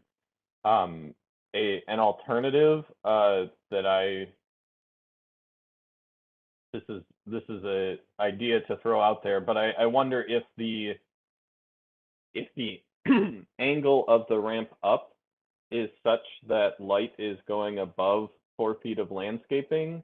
I also wonder if there is, and I don't know how to make this look less tacky than one of those little posts with the bar that your car hits if it's too tall, but could there be something above, like that cars end up driving under, but that when they're angled up is blocking the light that is going up? I don't know if that geometry of those angles works out, but as another potential idea to explore was something I thought of.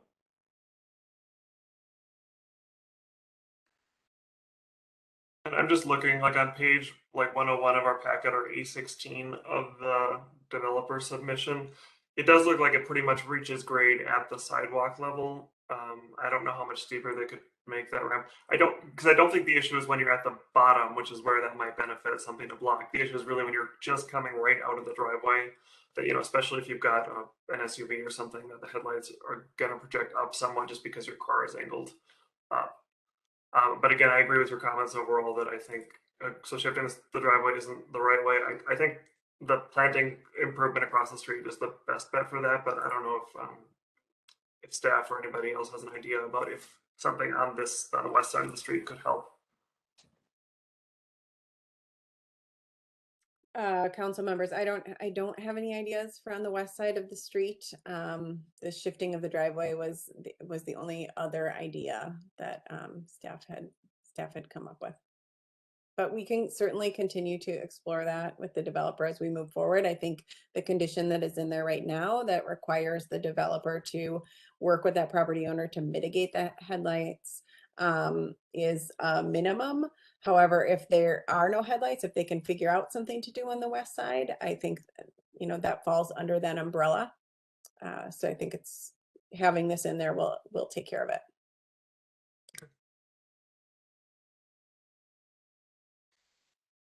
So I have no additional amendments or comments.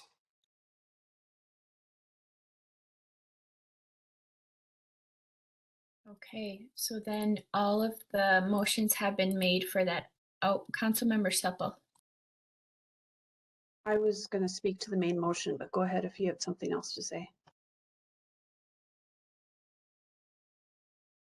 As I said, this is not ideal, and I've been struggling with it all night, but it also sounds like if we reject it, we could end up with a worse situation. So I guess at this point, I probably reluctantly will vote to approve it, but I do want to keep working with the developers and try and make it as the best possible thing for the neighborhood that we can.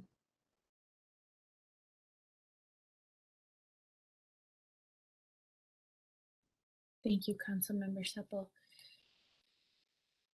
Okay, so I just want to go back to the city attorney, Mary Tejan. I'm sorry. So I just want to verify, we've gone through all of the motions for this item then, correct? And then with council, and then we just did the roll call vote.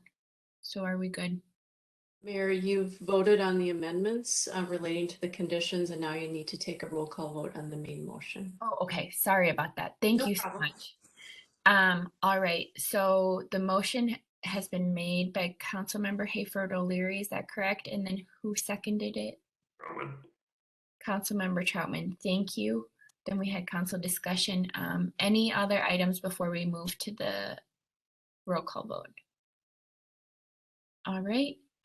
City Clerk Sitting, if you could please take the roll call vote.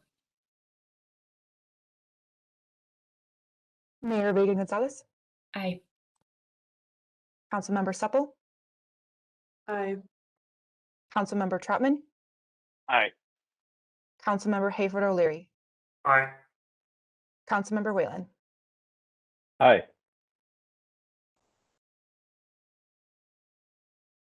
Thank you. The motion has been approved.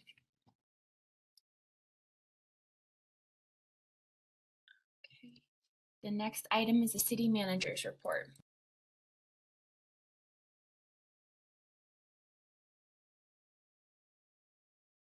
Thank you, Mayor. Good discussion. I have a long city manager's report tonight, and it's focused on the pandemic. And I invited Dr. Nick Kelly from Bloomington Public Health to start us off with a presentation on the state of COVID right now. Dr. Kelly, you're up. Good evening. I am going to bring my slides up momentarily.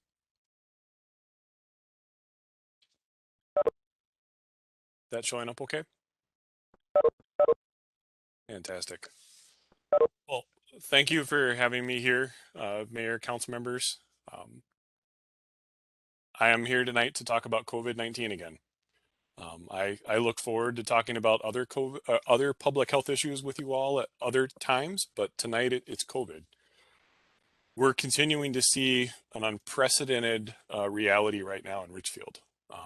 This graph is looking at the sum of cases in the last 7 days per 100,000 residents, individuals in Richfield. And what you see on the right side of the screen, that green line going almost vertical, is really unprecedented. We're approaching 1,500 cases per 100,000 individuals in Richfield over the last 7 days. That little drop is more of a data artifact. It is the variability of the data we see in the last 7 days. We've never seen cases like that in Richfield. And the challenge we're continuing to see is this is impacting the entire community. So this graph looks at, it's a bar chart by week showing cases by age group. And so one of the things we were extremely concerned about early on in this pandemic was the huge impact this was having on some of our older adults in the community. We saw a humongous impact with vaccination and really saw those cases drop off. If you see the summer kind of right there in the middle of that graph, we almost saw no cases, and we were seeing very few cases in our older adults. That's turned and changed quite a bit. And you can see that yellow and red color really starting to pick up. And we are definitely seeing an increase in cases in our older adults that are at higher risk for some severe outcomes. Thankfully, they are highly vaccinated.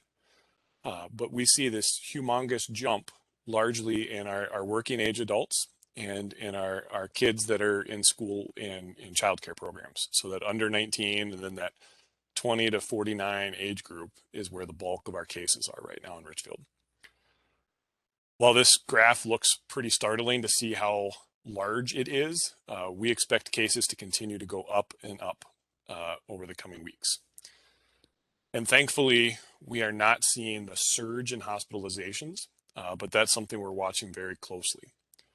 We have seen hospitalizations been going up since October, with December's hospitalizations being the third highest hospitalizations we've seen in Richfield since this pandemic started. What we see with the variant Omicron in the community, which is the dominant strain in our community right now, is that it has a higher propensity for rapid growth. We see cases doubling every 2 to 3 days. And we also see some substantial immune evasion. So what this means is individuals that are vaccinated, we are going to see more breakthrough cases. Individuals that are not vaccinated are going to see some challenges. Omicron is going to move through our community very fast over the coming weeks. So the next 3 to 4 weeks, we're anticipating being really challenging. Many of you are already aware of the staffing and other challenges that are occurring around the metro in the country. Those things are likely going to get harder. So we're urging all of our communities to really focus on those COVID mitigations, get vaccinated, get boosted, wear a high quality mask, social distance, look at ventilation and filtration, and follow the isolation and quarantine guidance, and also limit some of the things you're doing. Our healthcare capacity is being incredibly strained right now. So encouraging people to make smart choices, make sure you're well buckled in your car, your children are well secured in car seats. Don't slip on the ice. Don't do some of those hazardous things that you may do in the winter unless you really need to do it right now, because we don't have the healthcare capacity to take care of you if something happened, and you may have to wait a little bit longer in our healthcare system. And then be kind to each other. Everybody is stressed and exhausted and tired of COVID. They're tired of this challenge. And if there's any time to be neighborly and supportive of your neighbors, now is the time to do it. Many of your neighbors are going to be struggling with childcare issues, with being stuck at home for 5 days, with a quarantine or an isolation issue. Take care of each other. Our communities, I know Richfield is a phenomenal community and cares deeply about each other. Help each other out. This is going to be some challenge. It's been incredible to work with our Jennifer and her team, and all the work we're doing with community partners and trying to make sure we're getting the word out to support our community. We're in for some tough weeks, but we're going to get through it. And there definitely is reason for hope with COVID right now. Richfield is well vaccinated. We have high vaccine coverage in our over 50 populations. Our kids are getting more vaccinated. So we're looking at the upper 70s for the city of Richfield for individuals over the age of 5 being fully vaccinated. That gives us pretty high confidence that those individuals won't be hospitalized when they get COVID. It will not be as a severe infection. And we have antivirals and monoclonal antibodies to support some of those severe cases. And we have ample supply of really good masks available to help mitigate some of these things. So we have better tools and resources than we've had in the past, yet we're seeing an incredible volume of cases.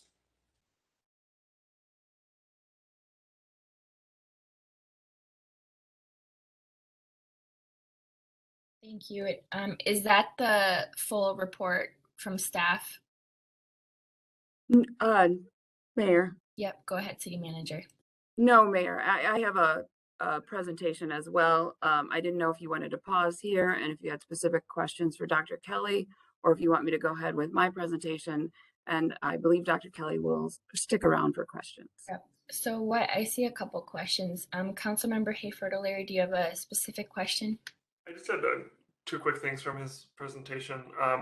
One, I was just curious, given the advent of home testing and that for many people that this variant is not as severe, how do we know if people are positive? Like, I mean, I understand if people go into a testing site that gets documented, but if I have symptoms, I take a Binax test at home and I stay home for 5 days. I don't understand how that statistic works in. Is that estimated for, or are there just additional cases out there that just don't get in the system?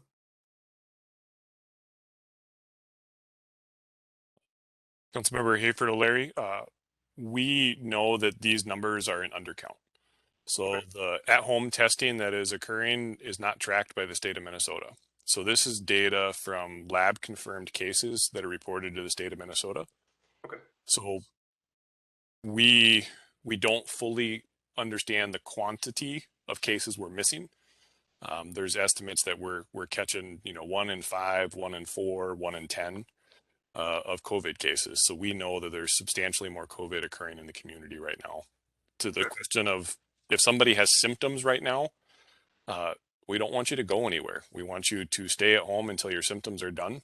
We see influenza is also increasing in the community along with COVID. If you're sick, stay home. So just to clarify again, the numbers you were giving us are based on actual cases. There is not an adjustment or an estimate based on additional cases that you don't know about. It is that plus. That is correct. Okay. And then unless City Manager Rodriguez will, or maybe it'd be better to wait, but I'm just wondering if you could expand on what a high quality mask means, just so that we're able to represent that well in the community. So Councilmember Hayford O'Leary, the CDC updated their masking guidance in September and of 21, and MDH recently updated their guidance. The masks vary a little bit in the quality. So early on, there was a challenge getting respiratory protection, and we encouraged people to make cloth masks.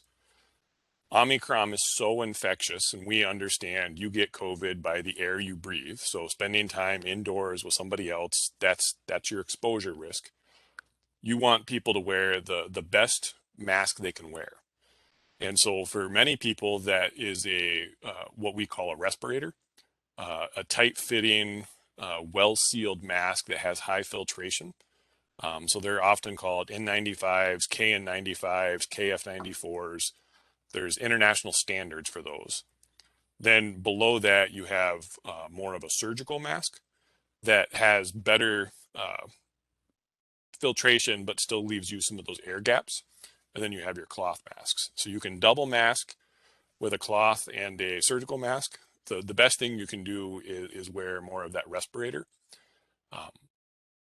That provides you the best protection as a wearer and the best source control for the people that you're around. Thank you. Any other questions before we go to the city manager report portion? Councilmember Whalen. Thank you, Mayor. I wanted to, I mean, 2 years in, part of what I'm wrestling with is eventually I think we, at least the hope, and I think what I know of previous pandemics, that eventually we will likely get to a place where this doesn't disappear, but becomes another disease that you might get like a cold or flu or whatever, and that those are not, there's never zero risk with those. They can get severe, they can be bad. I guess I'm trying to understand and a little bit more of the scale of how much less severe this is, because yeah, the case numbers are one part of the story, and feel like we should all be in lockdown, even more severe than a year and a half ago. But I also understand we are vaccinated, that this is not leading to as many hospitalizations and deaths as others. But at the same time, every firsthand account I hear from nurses is about like, we're overwhelmed, like stay home.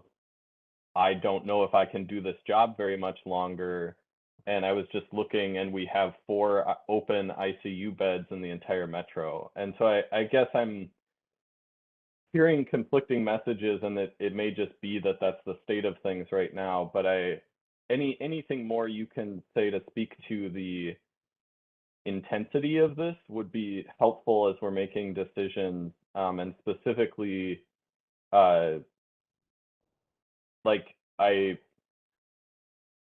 don't think it's ever 0 people who end up in the hospital or dying from COVID, even with this less severe case. So if you could speak to more of that, I'd appreciate it. Mayor and Councilmember Whalen, the reality with Omicron is we do think it is less severe. So we also know it is highly infectious and quite a bit more transmittable than what we've seen with other infections. So, for example, if you would say it's twice, 2 times less severe, which we don't really have a good way to quantify, but 4 times infectious, you could almost have double the amount of people needing hospitalization, even though it's less severe, just because the volume is increasing. When we say we're not seeing the hospitalization, what we mean is you are not sick enough to kick somebody else out of a hospital bed to get hospitalized. Because we don't really have the healthcare capacity. So if you get hospitalized, you are in pretty rough shape with COVID. Most of the time, that means your oxygen level is dropped significantly. You can't manage a fever. You're dehydrated. You have all these other issues. When we say it may appear more to mild, that's more of a clinical recognition that you don't need like hospital level care. You could be having the worst infection of your life, but not needing to be hospitalized. The challenge you alluded to with we're going to learn to manage and live with it is correct. COVID is not going to go away, and the choices we continue to make as society, following public health guidance, following mitigations, are going to dictate how we live with this. So the flu example is a good one. We see between 7,000 and 42,000 Americans die every year from influenza. We see very few people in Richfield die in a 5-year range from COVID, from influenza. We've had many more die from COVID in a 2-year period than we see for influenza in a 5-year period. And so at some point, we have to make those calls as a society of what we're willing to accept and manage. We're not at a place right now where we can really have those discussions kind of rationally and logically because we're in a crisis. I think that will abate at some point in the coming weeks. We've seen rapid rise and rapid fall of Omicron cases. And I think we are going to be in a much better place to talk about how we continue to move forward. We don't yet know if COVID is going to be seasonal, what's going to cause spikes, ebbs and flows in cases. The reality is we are going to see ebbs and flows and adjustments. Right now we're in a crisis, as you articulated. There's very few ICU beds. There's very few adult med-surg beds. There's very few pediatric intensive care beds. The challenge we're trying to make sure is when some of our vulnerable adults in our community, when a kid that's 4 years old that can't get vaccinated has a bad infection and they need healthcare, is it going to be there for them? And that's the challenge society is wrestling with right now, is how do we make sure our vulnerable populations can get the healthcare they need when they need it, including many of us, and not see operational realities crumble with the way society works. Thank you.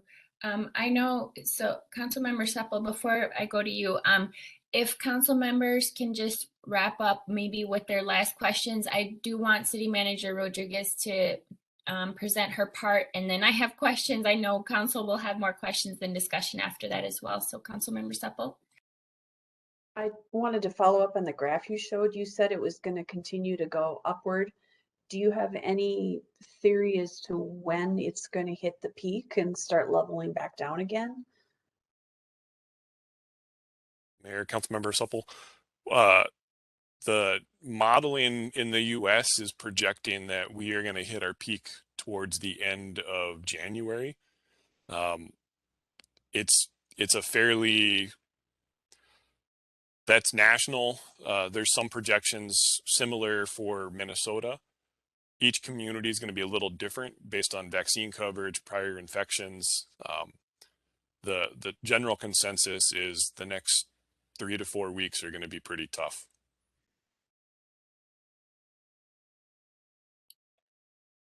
City Manager Rodriguez. Oh, Councilmember Trotman, do you have a quick question?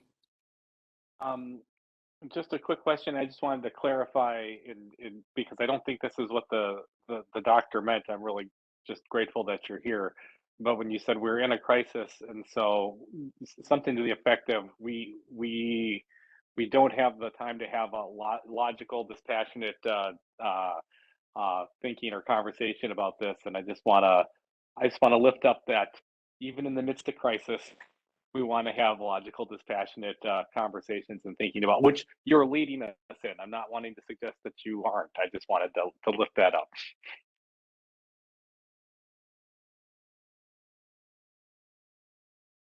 City Manager Rodriguez, if you'd like to do your part of the presentation. Yes, thank you, Mayor. And I'll get my presentation up. I do want to thank Dr. Kelly for his presentation. It's certainly sobering. And I also want to just give a shout out to public health. Of course, community health services administrator Jennifer Anderson is our voice here advising us, and it's tough because they have to come to these meetings all the time and share really tough news, and that wears on people. So I appreciate it. We need to know this information, and thank you for your good work and your resilience. So give me a minute while I share my screen. Is the doctor isn't leaving, is he? No. Okay, great. Thanks. So I have a fairly long presentation. It's got a lot of information. So I'm going to try and pause after the different slides to ask so that you can ask questions. And so stop me if I start failing to do that. We have numerous staff out sick right now, and the numbers are rising. Combined with existing vacancies, it's been really difficult to maintain service levels. And I'll just give you some context on the vacancies as well. I've given you how many we have out sick today. This is a number that goes up and down depending on people coming out of isolation, coming out of quarantine. But just one department is a very small department, our 7-person finance department.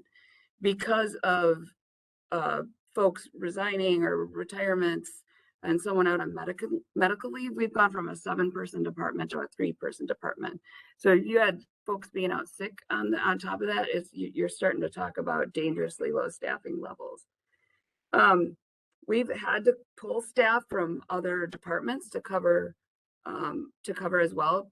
We just did it in motor vehicle services, and being short staff has resulted in longer waits.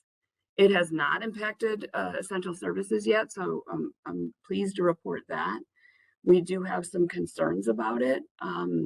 There's been conversations about snow plowing and making sure that we had enough folks to be able to do snow plowing and worrying about a major snow event. There were calls to Jennifer. If we had someone out sick, could we just have the truck ready for them to go? They just go from their car to the truck, and would that be okay, even if they were isolating and quarantining? And of course, we cannot do that. So there are real concerns about staff being stretched thin right now and impacting our ability to deliver services well, and worry about essential services. So I'll just pause there. Are there any questions on this slide? I can't see everyone, so speak up. Yeah, and I couldn't either. It doesn't look like anybody does have questions, but maybe if folks can just speak up since we can't see everyone on the screen. Thank you. So I did want to give you our current mitigations to date. We implemented more, as you know, right before the holidays, as this Omicron surge was starting. I was recently involved in an informal survey with about a dozen other cities on what they're doing to respond to the recent surge. I do believe, and Dr. Kelly and Administrator Anderson can probably confirm this as well, I do believe that the Bloomington Public Health cities, Bloomington, Edina, and Richfield, they've been leading other suburbs in how aggressive they have been with mitigations. Most cities are just now considering meeting virtually, and many don't require staff or guests to wear masks. Are there any questions on this slide? Councilmember Yes, Whalen. thank you. Could you just, because it's one of the questions I have in terms of next step, especially with the whatever changes end up happening with staff availability. Could you say more about that last bullet point? How much of that is already happening, and what, what if anything, is sort of being expected or planned for coming up soon?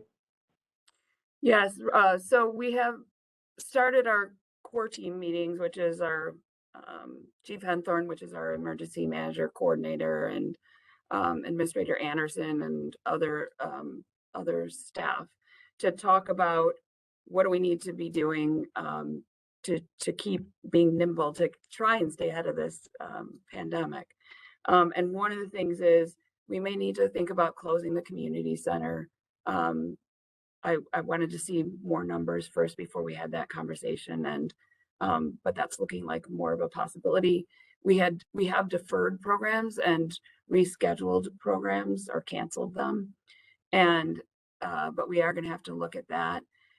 We probably are going to have to look at, do we have to impose limits in the buildings again or not? That was really difficult on our staff, particularly when they had to only use the phone to communicate with motor vehicle staff. That was frustrating for both the customers and our staff. It was really hard to provide the services, but we'll start having those conversations. Does that provide enough information for now? Okay, thank you. And I apologize, Mayor, for asking Councilmember Whalen to speak. I don't know if you can see him or not. That's totally fine. Not a problem. I had a question as well. Go ahead, Councilmember Supple.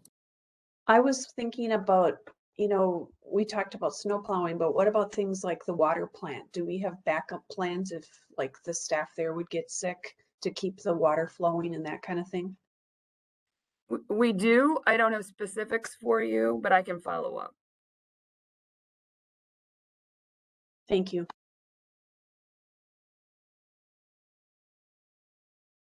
I'm going to move on. I don't see hands, but if you have questions, just speak up. So we've been really busy getting ready for the federal vaccination and test program. It's a big undertaking because it's all of our employees. The Supreme Court heard the arguments just recently, but we have to proceed as if it is a go, and we have to meet all the deadlines. Testing, we have our plan in place. Testing must begin by February 9th, and the employees must submit their vaccination status by January 18th.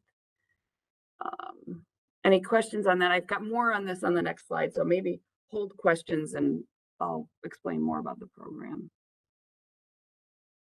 We plan to contract with Vault to provide the tests. We're not set up to test employees, especially on a weekly basis, and it would be difficult to figure out how to have them travel to Bloomington to have Bloomington Public Health administer the tests, because a number of our employees work around the clock shifts. We did consider that. Sorry, I'm losing my voice. Council will consider the contract as soon as it's ready, likely at your next meeting. Testing is expensive. If we use the more accurate test, the PCR, and we assume 60 unvaccinated staff, and that's just a guess at this point, that is about $6,500 per week and $340,000 per year. We do plan to switch to the cheaper rapid test, and that is about $1,600 per week and $84,000 per year. We would plan to switch when cases are returned to less alarming levels. And we also hope that the number of unvaccinated employees reduces over time. We've had so far 73% of employees have completed the survey, and 89% of the employees are vaccinated so far, so that's good. And we should have better data on the 18th when this is due. Are there questions? I can see all council members and there's no questions. Okay. Thank you. So I know that I mean, we've all been alarmed. I am alarmed as well by the recent COVID surge, and I know you have been some residents have requested a local mask mandate.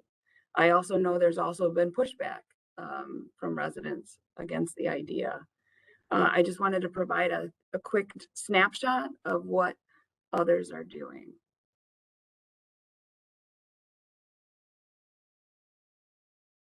I do have concerns about implementing a local mask mandate that are shared by our leadership team. I worry that we don't have the staff capacity to implement or enforce it well. Also, most of the enforcement will fall to frontline workers across the city. And this is not just our city staff, but this is frontline workers in our local businesses as well. These are the same workers who have been on the front lines of this since the beginning. And the city and businesses are struggling to hire and retain our frontline staff. We did have problems at City Hall, at all of our recreation buildings, especially the arena and our liquor stores when there was a state mandate. And it will likely be even harder to enforce it because it's just a handful of cities right now trying to have a local mandate. I want to really stress that we have been stretched thin right now in terms of staffing. I know you've had briefings on it. Our fire department has concerns on working too much overtime. And also we've got a challenge to retain and recruit police officers. Just today, I got an email from the Recreation Services Director that they'd like to explore some kind of incentive program to hire our staff for the summer because there's such a shortage. And I know I also gave the numbers for the finance department.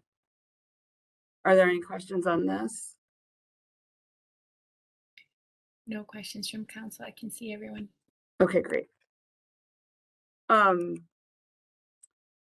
let Administrator Anderson provide some of the details on the number of complaints and the frustration in enforcing the mask mandate the last time, because it's her environmental health staff that handle these complaints. So Administrator Anderson, if you could provide some context here. Good evening. Can you hear me? Great. Thank you. Yes. City Manager Rodriguez. With the state mandate that was in place, there are very passionate people out there who feel very strongly on both sides of the issue. We found that we had an enormous amount of feedback from the community. We found that just simply answering those complaints, whether they were coming in via phone calls or online complaints, was really difficult with the size of staff that we had. We briefly had to enlist our environmental health inspector from the city of Bloomington, who inspects our restaurants, lodging, and pools, to help us address. And they had their own issues with the volume of restaurants, hotels in the Mall of America in Bloomington that they were also responding to. There was a lot of venting from residents regarding having the mandate in place, but not being able to enforce it, not being able to address every instance of violations. There were establishments that we were made aware of that were not enforcing the mandate for their own employees. So people were going into certain establishments and not seeing any of staff wearing masks. They were frustrated. They were upset. They said that they would spend their dollars elsewhere. And so, there's so much inconsistency between a mandate and the ability to enforce it. We were instructed from the state to take an educate first approach. And so we did that as best as we could. Obviously the more critical calls took priority over calls for mask violations. And we know to date that there are several South Metro cities that are moving towards the resolution route versus a mask mandate. And so it's, when you think about what's to come, and it would be an enormous response, I get really nervous about being able to handle the volume of calls on top of staff burnout, on top of having staff go out, whether they've been exposed or whether they've, come down with COVID. It's a situation we haven't been faced with before in the past.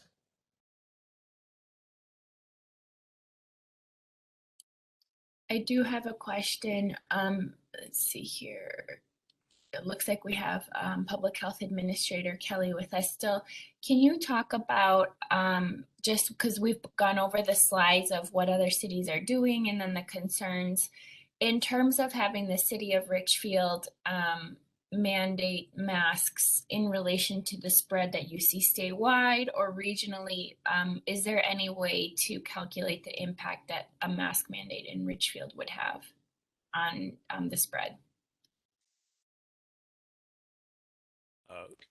Mayor, that's a great question.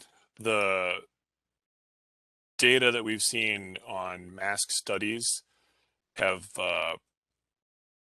been all over the board in terms of quality and input and consistency. So there is not a study that I'm aware of that would tell us with some data that I'd be very confident in of the impact we would see of a mask mandate, because there's variability in usage, wearing, the type of environments and process. So everybody wearing a mask will help. I can't quantify the amount, and then I can't give you more precise details than that. Thank you. Other comments or questions on these slides from council on this slide? Okay, you can keep going, City Manager. Thank you, Mayor. Given that we're so stretched in terms of staffing right now, I don't think that we can do this well.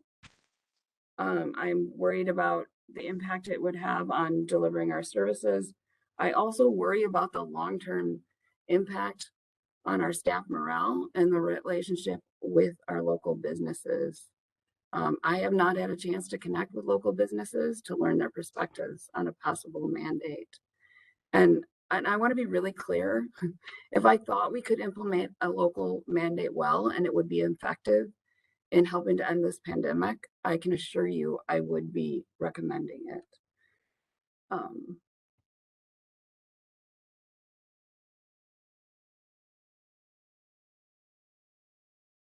Sorry, I'm trying to advance it and it's not doing it. There we go. So option one is pass a local mask mandate. These are some of the steps that we need to take to create a local mask mandate. It will take some time because there's a lot of details to figure out. I can answer any questions on the steps as well as Attorney Teachin. And then we have Dr. Kelly and Administrator Anderson who can provide any public health perspective on it. Are there any questions? Councilmember Hayford O'Leary. So given the concerns that you've stated, City Manager, that second bullet of creating enforcement protocols, it's undermining a policy that would be passing, but could we not just say that there's a limited set of things that we're going to actively spend staff resources enforcing? But still, it would technically be against the law not to wear a mask? We could. I think it'll cause confusion in the community because just as Administrator Anderson said, we will get folks that say, well, it's the city's regulation that you have to wear a mask. Well, I was just at the grocery store. Somebody's not wearing a mask or whatever. And then they ask for us to intervene. So I still think it will create a burden on staff. Mm-hmm. It also is going to take time to come up with the procedures. And I also think that you'll still have that crush of opinions one way or another that staff will have to sort through, either pro mask mandate or against the mask mandate. Okay. I'm very sympathetic to your perspective. I think, in a speculation, I'm guessing that every complaint in Minneapolis of seeing people not wearing masks is not receiving a police response. I think it has been the case that people observe violations. Some of them are reported, some of them are acted on, and it is within the expectation people have already gotten that not everything warrants a response. And I guess I just disagree that would cause confusion more than the precedent we've already set for how these mandates work. Yeah, but we did have the calls before when there was a state mask mandate. Well, that part I don't disagree with. I believe that you will be fielding through that, and I understand that's a legitimate concern. Yep. And again, Minneapolis, 435,000 people. They're a lot bigger organization. They have a lot more staff and a lot more economies of scale to implement a program like that. Any other questions?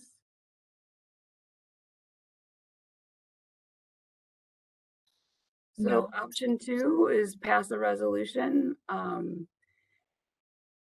The resolution would communicate the urgency of this phase of the pandemic. It would strongly recommend the actions that Dr. Kelly talked about, those actions that public health think can end this pandemic, primarily getting vaccinated, wearing a proper mask, testing, and staying home if you're sick. I appreciated our residents' comments today about advocating for a local mask mandate. I think that actually this document that we can send out and partner with our business community would give those businesses that want to have a local mask mandate, they can put this in their windows. They can point to it and say, the city recommends that we have a mask mandate. So I do think that it can be helpful. We can do it quickly. We can communicate it tomorrow. So again, due to the serious obstacles in implementing this well, and further stressing our staff capacity to deliver services, I recommend that we pass a resolution, and we can continue to evaluate the situation and consider future mitigations as needed. So I'm available for further questions. Thank you, City Manager Rodriguez and Public Health Administrator Kelly and Public Health Administrator Jennifer. Any questions, comments from Council? Councilmember Whalen. Another question for Dr. Kelly that I have heard anecdotal conversation about, but not any sort of official public health statement, is this idea of long COVID. That one of the big concerns I have with this recent surge is that I've heard in the past of people who had very mild symptoms or were even asymptomatic, developing long-term, in rare cases, even like debilitating, no longer able to work type conditions. And I guess I'm wondering, it seems inevitable, is already happening, that we're seeing much higher numbers of people having milder cases. Is there any quantifiable data around long-term impacts of that?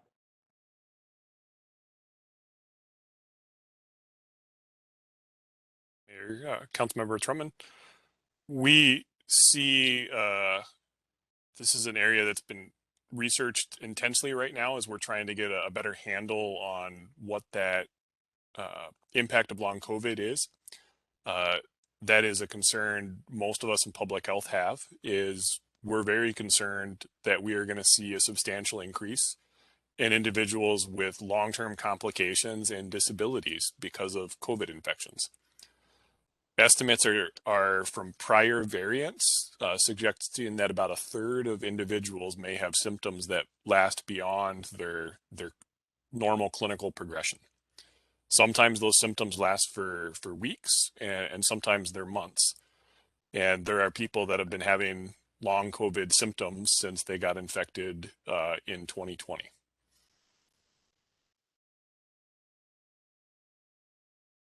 Okay, thank you.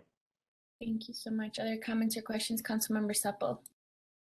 Did you want us to tell whether we favor option 1 or 2 at this point? Sure. Yep, that'd be great. Thank you.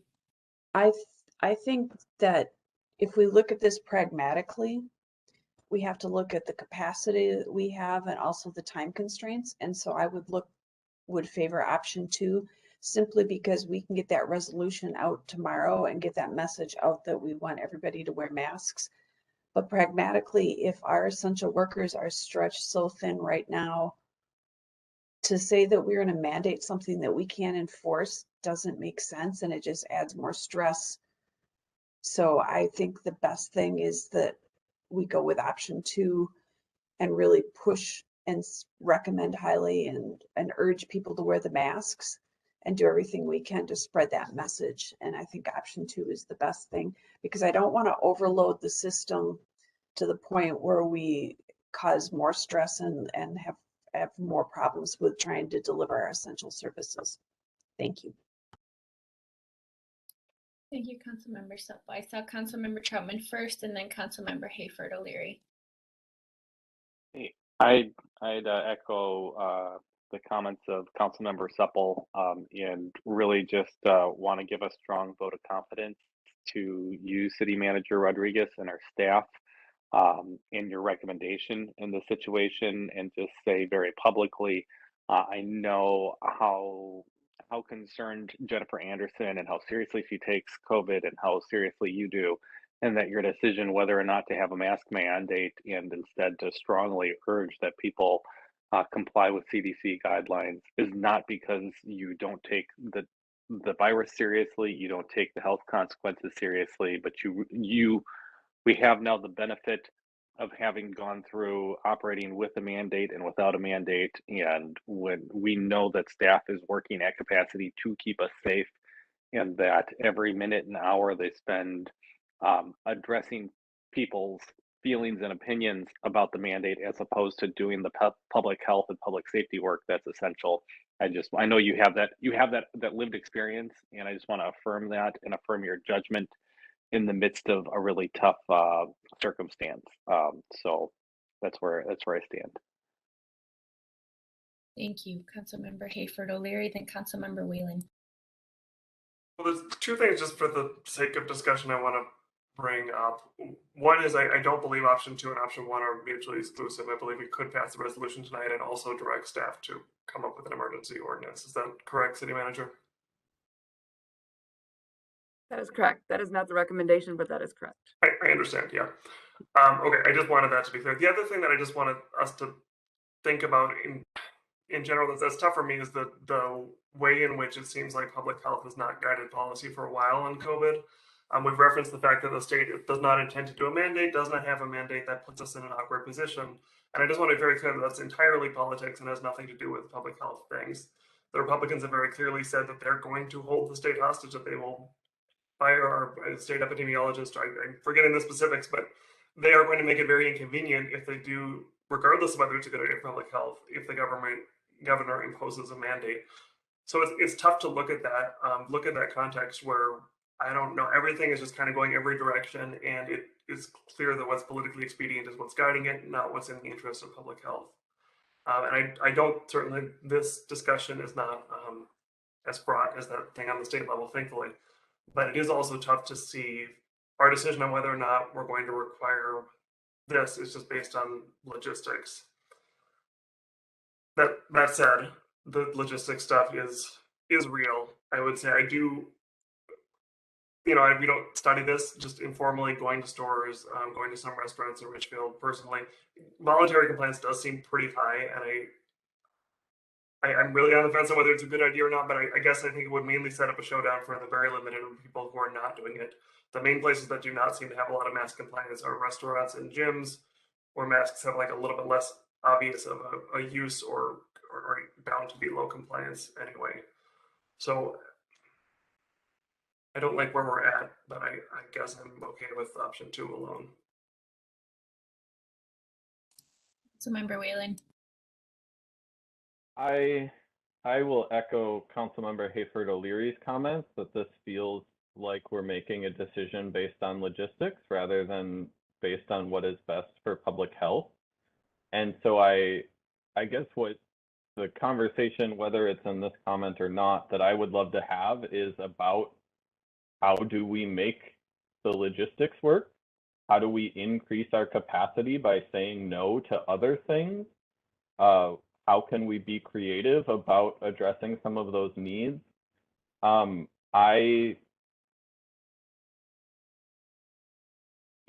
If we pass a resolution, that to me feels no different than every council meeting for months have been saying, go get vaccinated, like get a booster. Like we've been saying these things.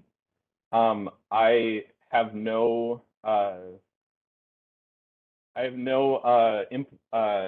impression that we have any significant portion of our city paying close attention to what we're doing in these meetings.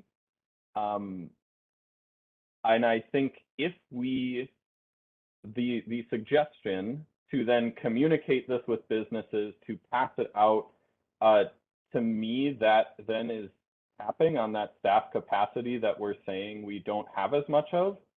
And so if we are already doing some of that communications work, I know that is not all of the staff capacity needed, but I guess beyond that, I would love to have a conversation about,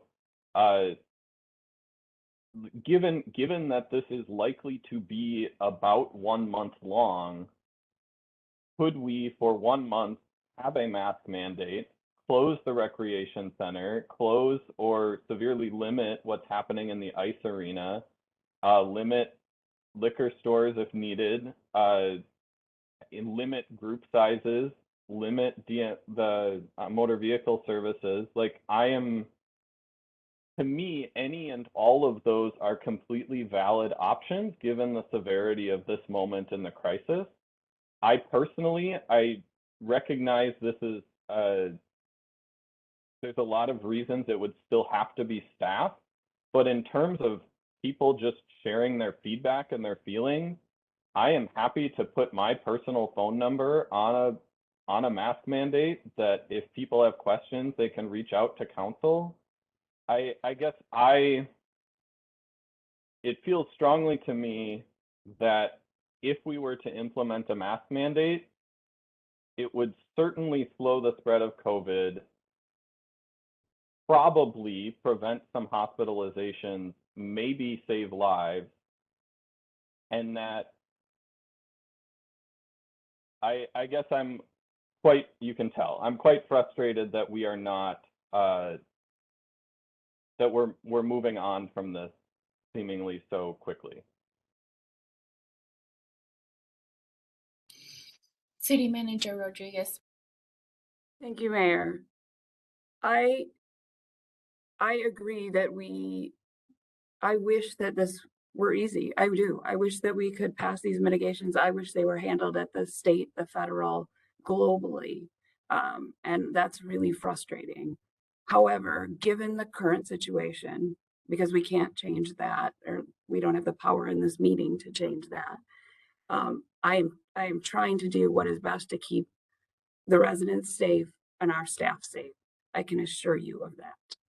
And I'm sorry. I appreciate Councilmember Whalen that you're like, I'll put out my number, but that's not who people are going to call. You were all very generous when we did organized hauling and said we will take the resident complaints. That's not where the resident complaints went to. It was our staff that did that. We did organized hauling at a time when we were starting to have staff shortages, and during the pandemic, it took a toll on staff. And this is not just going to be our public safety staff. This is not just going to be Jennifer's environmental health staff. This will be all of us. And it is stressful, and I am very worried about how stretched we are. And we can't continue to take on these major programs. We will have long-term morale problems. I'm already worried about that. And if I thought it would be effective, that would be a different conversation. But I don't think a local mask mandate will be effective, minimally at most. The organizations that don't want to do it, the people that are dead set against wearing masks, they're going to wear them inappropriately. the businesses aren't going to be serious about enforcing it. I wish this weren't the case, but that is the reality we're dealing with. And so I'm sorry, because I'm passionate too. I really am worried that if we did this, that it would be a toll on staff. Councilmember Whalen. Just a quick response. I hear that, and I'm not ignoring that. I also wish that part of this conversation were the toll on staff, both at the city and in all of our local businesses, who have to go to work and have to deal with the fact that people are not wearing masks and they can't do anything about it. That it is, there is another side to that I know people who, I've been in businesses that have, like during the mask mandate or in places that have mask mandates, where there are employees who are very grateful and like actively like push people to wear masks or leave, and that they appreciate that that helps them feel safer where they're working. And I recognize that that may not be the primary impact it has on staff, but that is part of the story too, that it's draining on staff to work in a place that is not fully doing everything they can to do that. And I don't think everyday workers get to make that decision in stores and restaurants. And I don't know that the owners are going to make that decision just based on our guidance.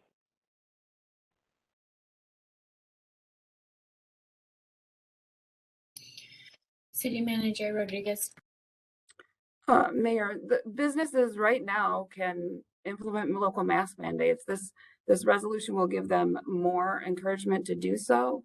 And the right now, businesses are so desperate to hire frontline workers that workers probably can go find those businesses that are enforcing mask mandates.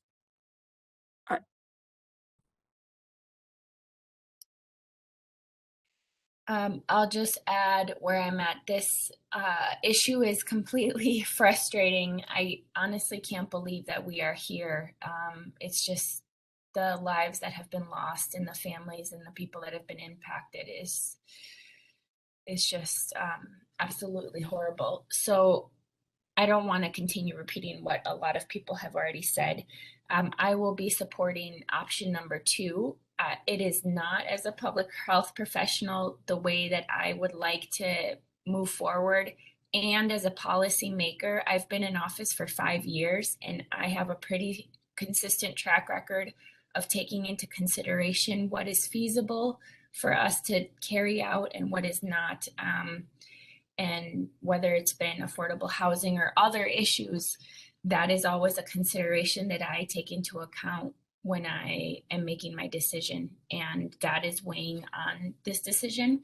I believe that what Councilmember Whalen is saying, that, you know, this conversation, that is impacting the majority of this conversation. Where we're at is unfortunate. And I don't know what to say. I mean, outside of the fact that, you know, I feel like everybody's passing the buck to cities for everything, and now including COVID and the strain that it's putting on our ability to do our core services and to respond to the crisis that we're in, is severely being limited.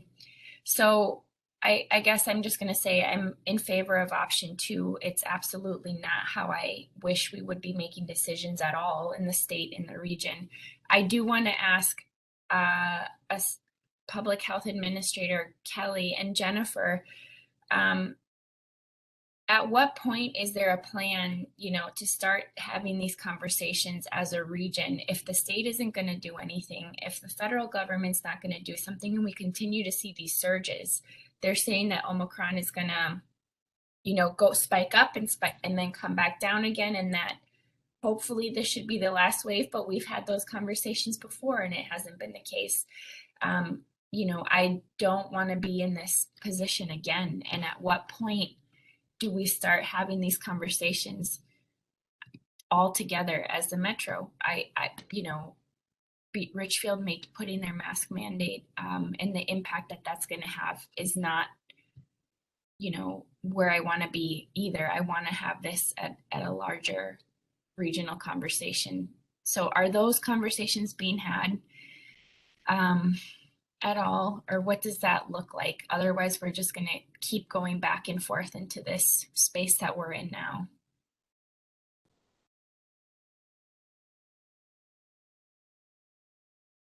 Mayor, we are seeing those conversations occurring. There are groups in the metro of local public health directors. We're having conversations with state leadership, with regional leadership on our healthcare side. Those conversations continue to occur. Most of it looks at there are some things that we need from the state to support on the healthcare or some of those other capacity issues. Regionally, most of our partners are having the same conversations you're having tonight about what to do, how to do it, what you can operationalize, how you can best serve community. And we're coordinating with our partners the best we can on those issues. I am optimistic that this will be a quick ride in the fall, and we will have some better days ahead.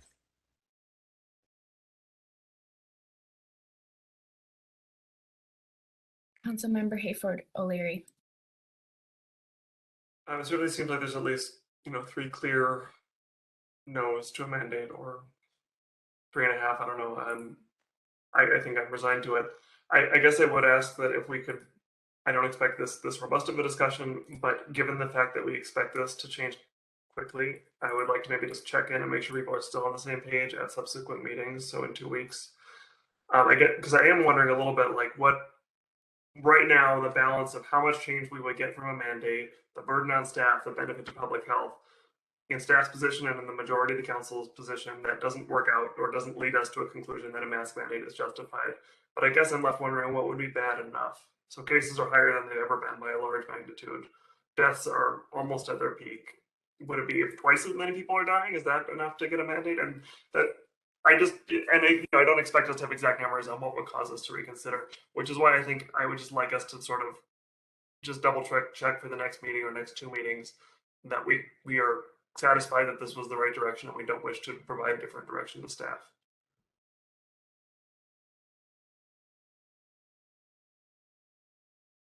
City Manager. Thank you, Mayor. Councilmember Hayford O'Leary, I had in my presentation that we would continue to monitor the situation, come back to you with updates, and keep you, apprised of the mitigations that we're doing. So yes. Thank you. Councilmember Whalen. As Councilmember Hayford O'Leary said, it appears the stance of having a mask mandate is not likely to be supported. I guess I just want to reflect back to this whole group that I feel we are this frustrating, bad situation that we are in because the levels of government above us have not taken action. We are now passing that on to each individual business, that they see yet another level of government not working on a collective solution. And that's not to dismiss. I appreciate that my comments about the difference a resolution is going to make may also be true of a mask mandate, that the individuals have decided how they're going to act. I'll reflect more on that. But I guess I would like to, if the rest of council's decided against a mask mandate, I would like to have conversation about some more specifics, even if these are not things that staff has an answer to yet. But a few specific things, some of what I mentioned earlier about closing things, about limiting things, deferring more things. I do believe that that would be in the best interest of public health as a proactive measure, not just as a like, I'm okay with that if staffing limits dictate that. I also, I know Bloomington Public Health just advertised a testing site. I believe it was a certain period of time today in Bloomington. I think anything we can do to keep increasing the availability of testing is hugely essential. I know the availability of tests has been fluctuating. The length of lines at community testing sites and how many are now appointment only instead of walk-in only, or walk-ins accepted, has been changing. And again, I know that the state can have a larger impact on that, but any additional testing opportunities are great. I guess I also, the specific question I have is to a comment from Dr. Kelly. Just, were you speaking more generally that high quality masks are more broadly available compared to 2 years ago? Or do we, I guess I would be open to, and I know this would be a big financial decision that would need to be made very quickly, but I would be open to using some of the ARPA money to buy a large quantity of masks and have some sort of pickup event or mail them to every resident, or I don't know what that would even cost, but I do think we're at the point where we need to be sending resources to every resident, and we don't have the ability that maybe the federal government would to literally pay people to stay home. But I guess I would like us to escalate what options we're offering on the more proactive side, even if we are where we're at in terms of what is realistic on mask compliance.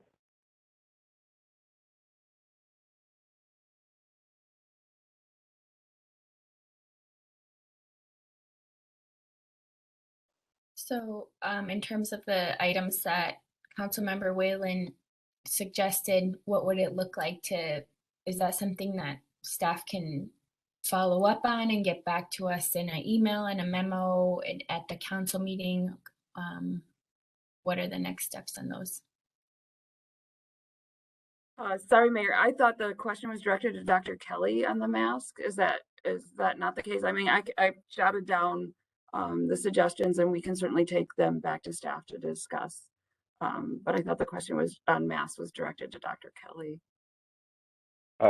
Good clarification. That specific one is, I mean, is Bloomington Public Health have a room full of high quality masks that could be distributed to people, or was that more of a general comment? Apologies for not jumping in. Councilmember Whalen, we do have some respirators that are part of a cache for supporting some staff operations.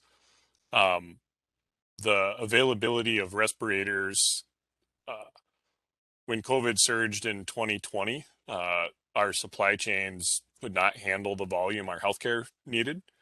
Those issues are no longer a concern now. The availability of getting a large quantity of respirators for impact in the immediate future may be a challenge, but there are respirators and high quality masks readily available through multiple means in the supply chains right now.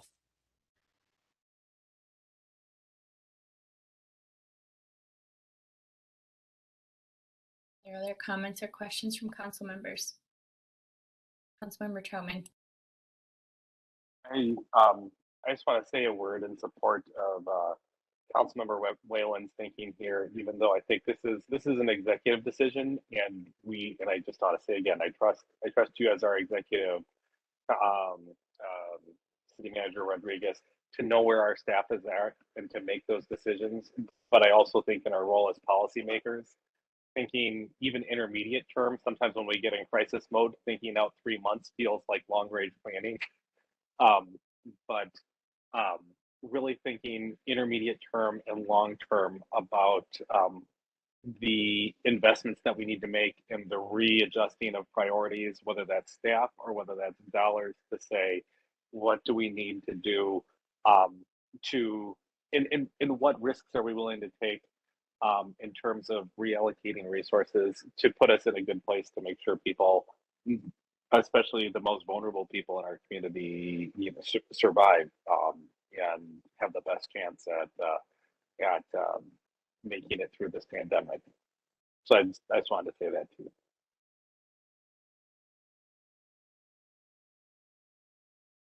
City Manager Rodriguez, I just wanted to mention, and this hasn't been spoken about tonight, but MDH has allocated a number of rapid tests to local public health departments, and I'm happy to say that Richfield will be getting an allocation of those from Bloomington, I believe this week. They will go to community organizations such as VEEP, our community center, our library, and they are intended for low-income populations, those experiencing barriers to being tested. MDH is mandating that they be distributed by the end of January. And so I'm pleased to see that. And I think that, you know, more of those opportunities may be possible in the future as we go through this as well. And Nick, if you've got anything more to expand on that, feel free.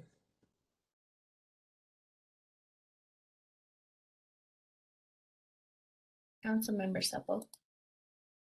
Could something similar be done with masks to get to those organizations, to get to our more vulnerable populations? Because like I personally have access to them, so it wouldn't make sense for me to have them. But if my neighbors need them, I want to make sure we do something to help them out.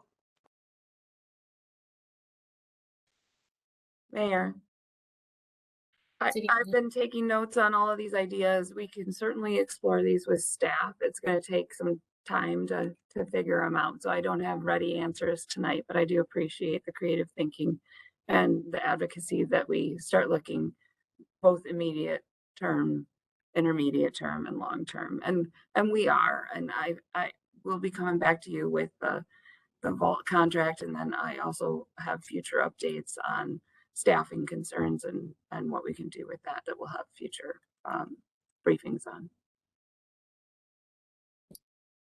Thank you. Other comments or questions?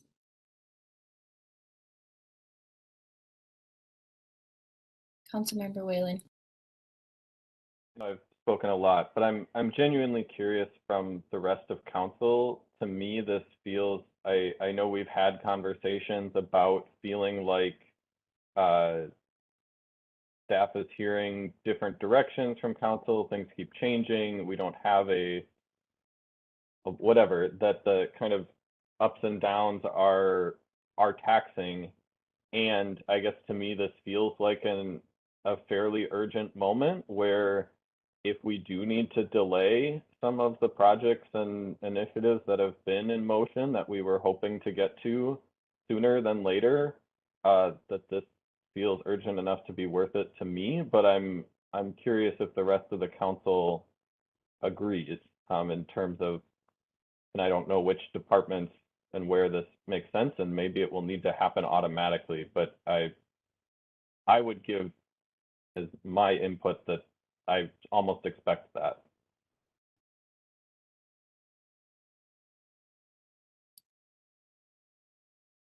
For reactions, Councilmember Hayford O'Leary, then Supple. I would say I agree. I think it was, I don't remember exactly what three things I said, but that balance of like, is it worth it? What's the practical impact? Like how much benefit will there be to public health? So to me, I agree with, like, as a strategy, if we wanted to do that, I think it is reasonable to say we're shifting resources, including from things that have been important to us in the long term. I guess I'd like to know in a future meeting, or for me to just ask around on my own, how well things are going in Minneapolis and St. Paul with this, if it's actually making a big difference in compliance and so on. And I would say if it was making a big difference, if I knew that, my own calculation of how strongly I feel about this would change, and I would be prepared to direct staff to delay other things to make that happen. Councilmember Supple. I do think our response to the pandemic has to be the priority right now because it's a crisis. And anything we can do, like to increase access to masks and things like that, I think those are all important things. And I'm going to rely on the public health experts here to tell us what's going to have the biggest impact.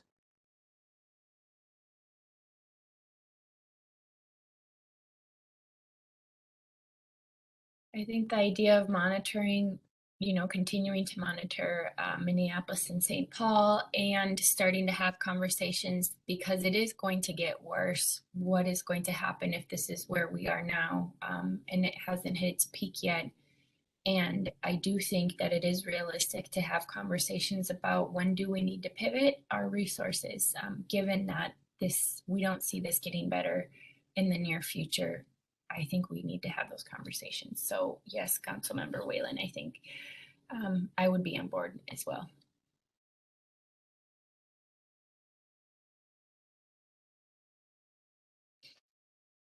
Other comments from council?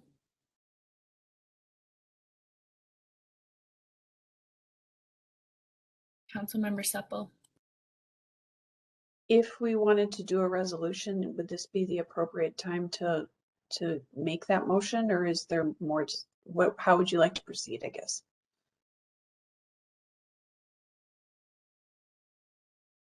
Go ahead, City Manager.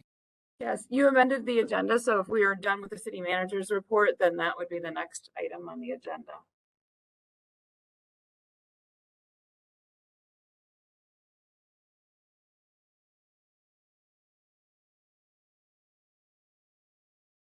Go ahead, Councilmember Supple. Then I would move to approve the attached resolution urging residents, employees, and guests in Richfield to take all reasonable protective actions, such as wearing appropriate face coverings, maintaining social distancing in public places, staying home when sick, and getting vaccinated if possible, in order to reduce the spread and negative impacts of COVID-19 during this period of infection surge caused by the Omicron variant.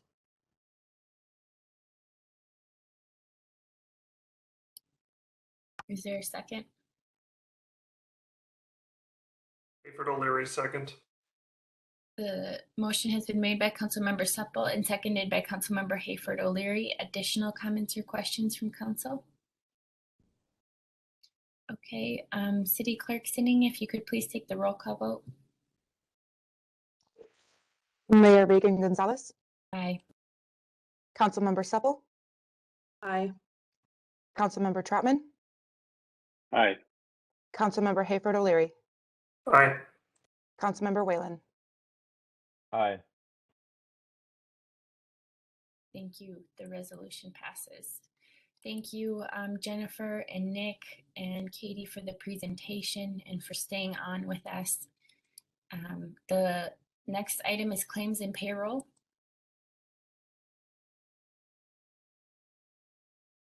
Councilmember Whalen, I'll move claims and payroll. Councilmember Troutman, I'll second. The motion for claims and payroll has been made and seconded. Could you please take the roll call vote? Mayor Reagan Gonzalez. Aye. Councilmember Supple. Aye. Councilmember Trotman. Aye. Councilmember Hayford O'Leary. Aye. Councilmember Whalen. Aye.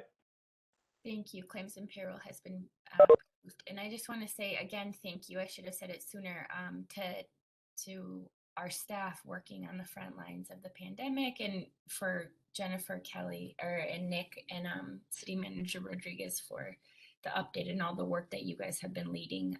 I know this work is so difficult, so I know Nick is off already, but thank you once again. Hats off to Hometown Hits. I'll pass it to Councilmember Whalen. Just one item to encourage folks. There is now a survey out leading up to strategic planning. And I know that survey is great in more consistent data from lots of people, but also would love to hear more of the direct input and whatever specifics people have that may or may not fit within the confines of that survey. So again, the strategic planning is going to shape the next several years of where we go as a city. That process is happening a little over a month from now. In between now and then, would love to get resident feedback. Thank you, Councilmember Hayford O'Leary. Sorry, just like after the discussion earlier, it's just like I'm just thankful for everybody for slogging through at all levels. I mean, people, certainly healthcare workers, people who are working in stores, people who are delivering for DoorDash and things like that. I know so many people are putting in so much hard work, and people even, yeah, I was at, a Protagonist, the new restaurant that opened in Richfield, and there were like 2 people there, and it's just such a hard time to do anything. So I'm grateful for everybody working hard, doing their best, and giving each other grace. But I did also have a lighter-hearted one that I was originally going to say before this got to be a fairly heavy conversation, and that was a thank you to the residents of City Bella for their regular holiday decorations. It's such a nice feature, and it's, especially in these dark times, was a really nice thing to enjoy over December. Thank you. Thank you, Councilmember Troutman. Thank you. I just want to, like I do frequently, just lift up Wood Lake Nature Center, especially in the midst of the pandemic. Of course, we have other parks too at Veterans Park, but just specifically the opportunities to do snowshoeing and cross-country skiing and engage in outdoor activities that are safe and socially distant are available to us and are not always available in cities in the middle of our urban core like we are. So I just want to lift that up and hope everybody stays safe. Thank you, Councilmember Troutman. Councilmember Supple. First of all, we're in the middle of commission interviews, so I would just want to thank everybody that's volunteered, and that will be continuing, and we'll get to this probably at the next meeting, but I want to thank everybody that volunteered. I also want to thank all the essential workers, the teachers, all the people that are on the front lines, the first responders, and all the staff that's been working so hard.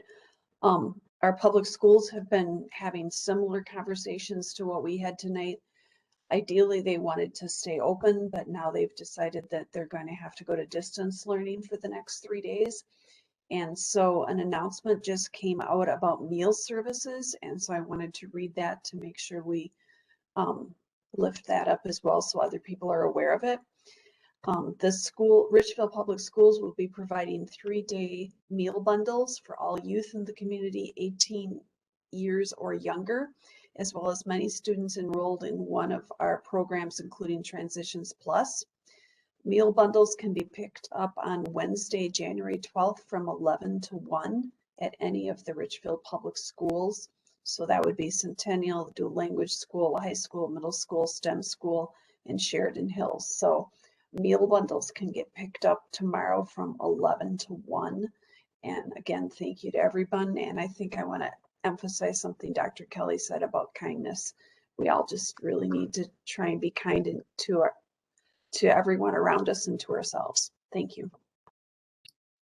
Thank you, Councilmember Supple. I'd also like to just thank our frontline workers and everybody dealing with this, from families to essential workers. And lastly, I just wanted to thank Councilmember Supple for stepping in as Mayor Pro Tem as I transition into a new job and I have a little less flexibility during my day. And I know Councilmember Hayford O'Leary has also stepped in as well. So I just want to thank the council for doing that, and a huge thank you to Councilmember Supple for serving as Mayor Pro Tem. I've used it a couple times and I greatly appreciate your leadership. All right, seeing as we have no other business, I will adjourn our meeting. Thank you, everyone.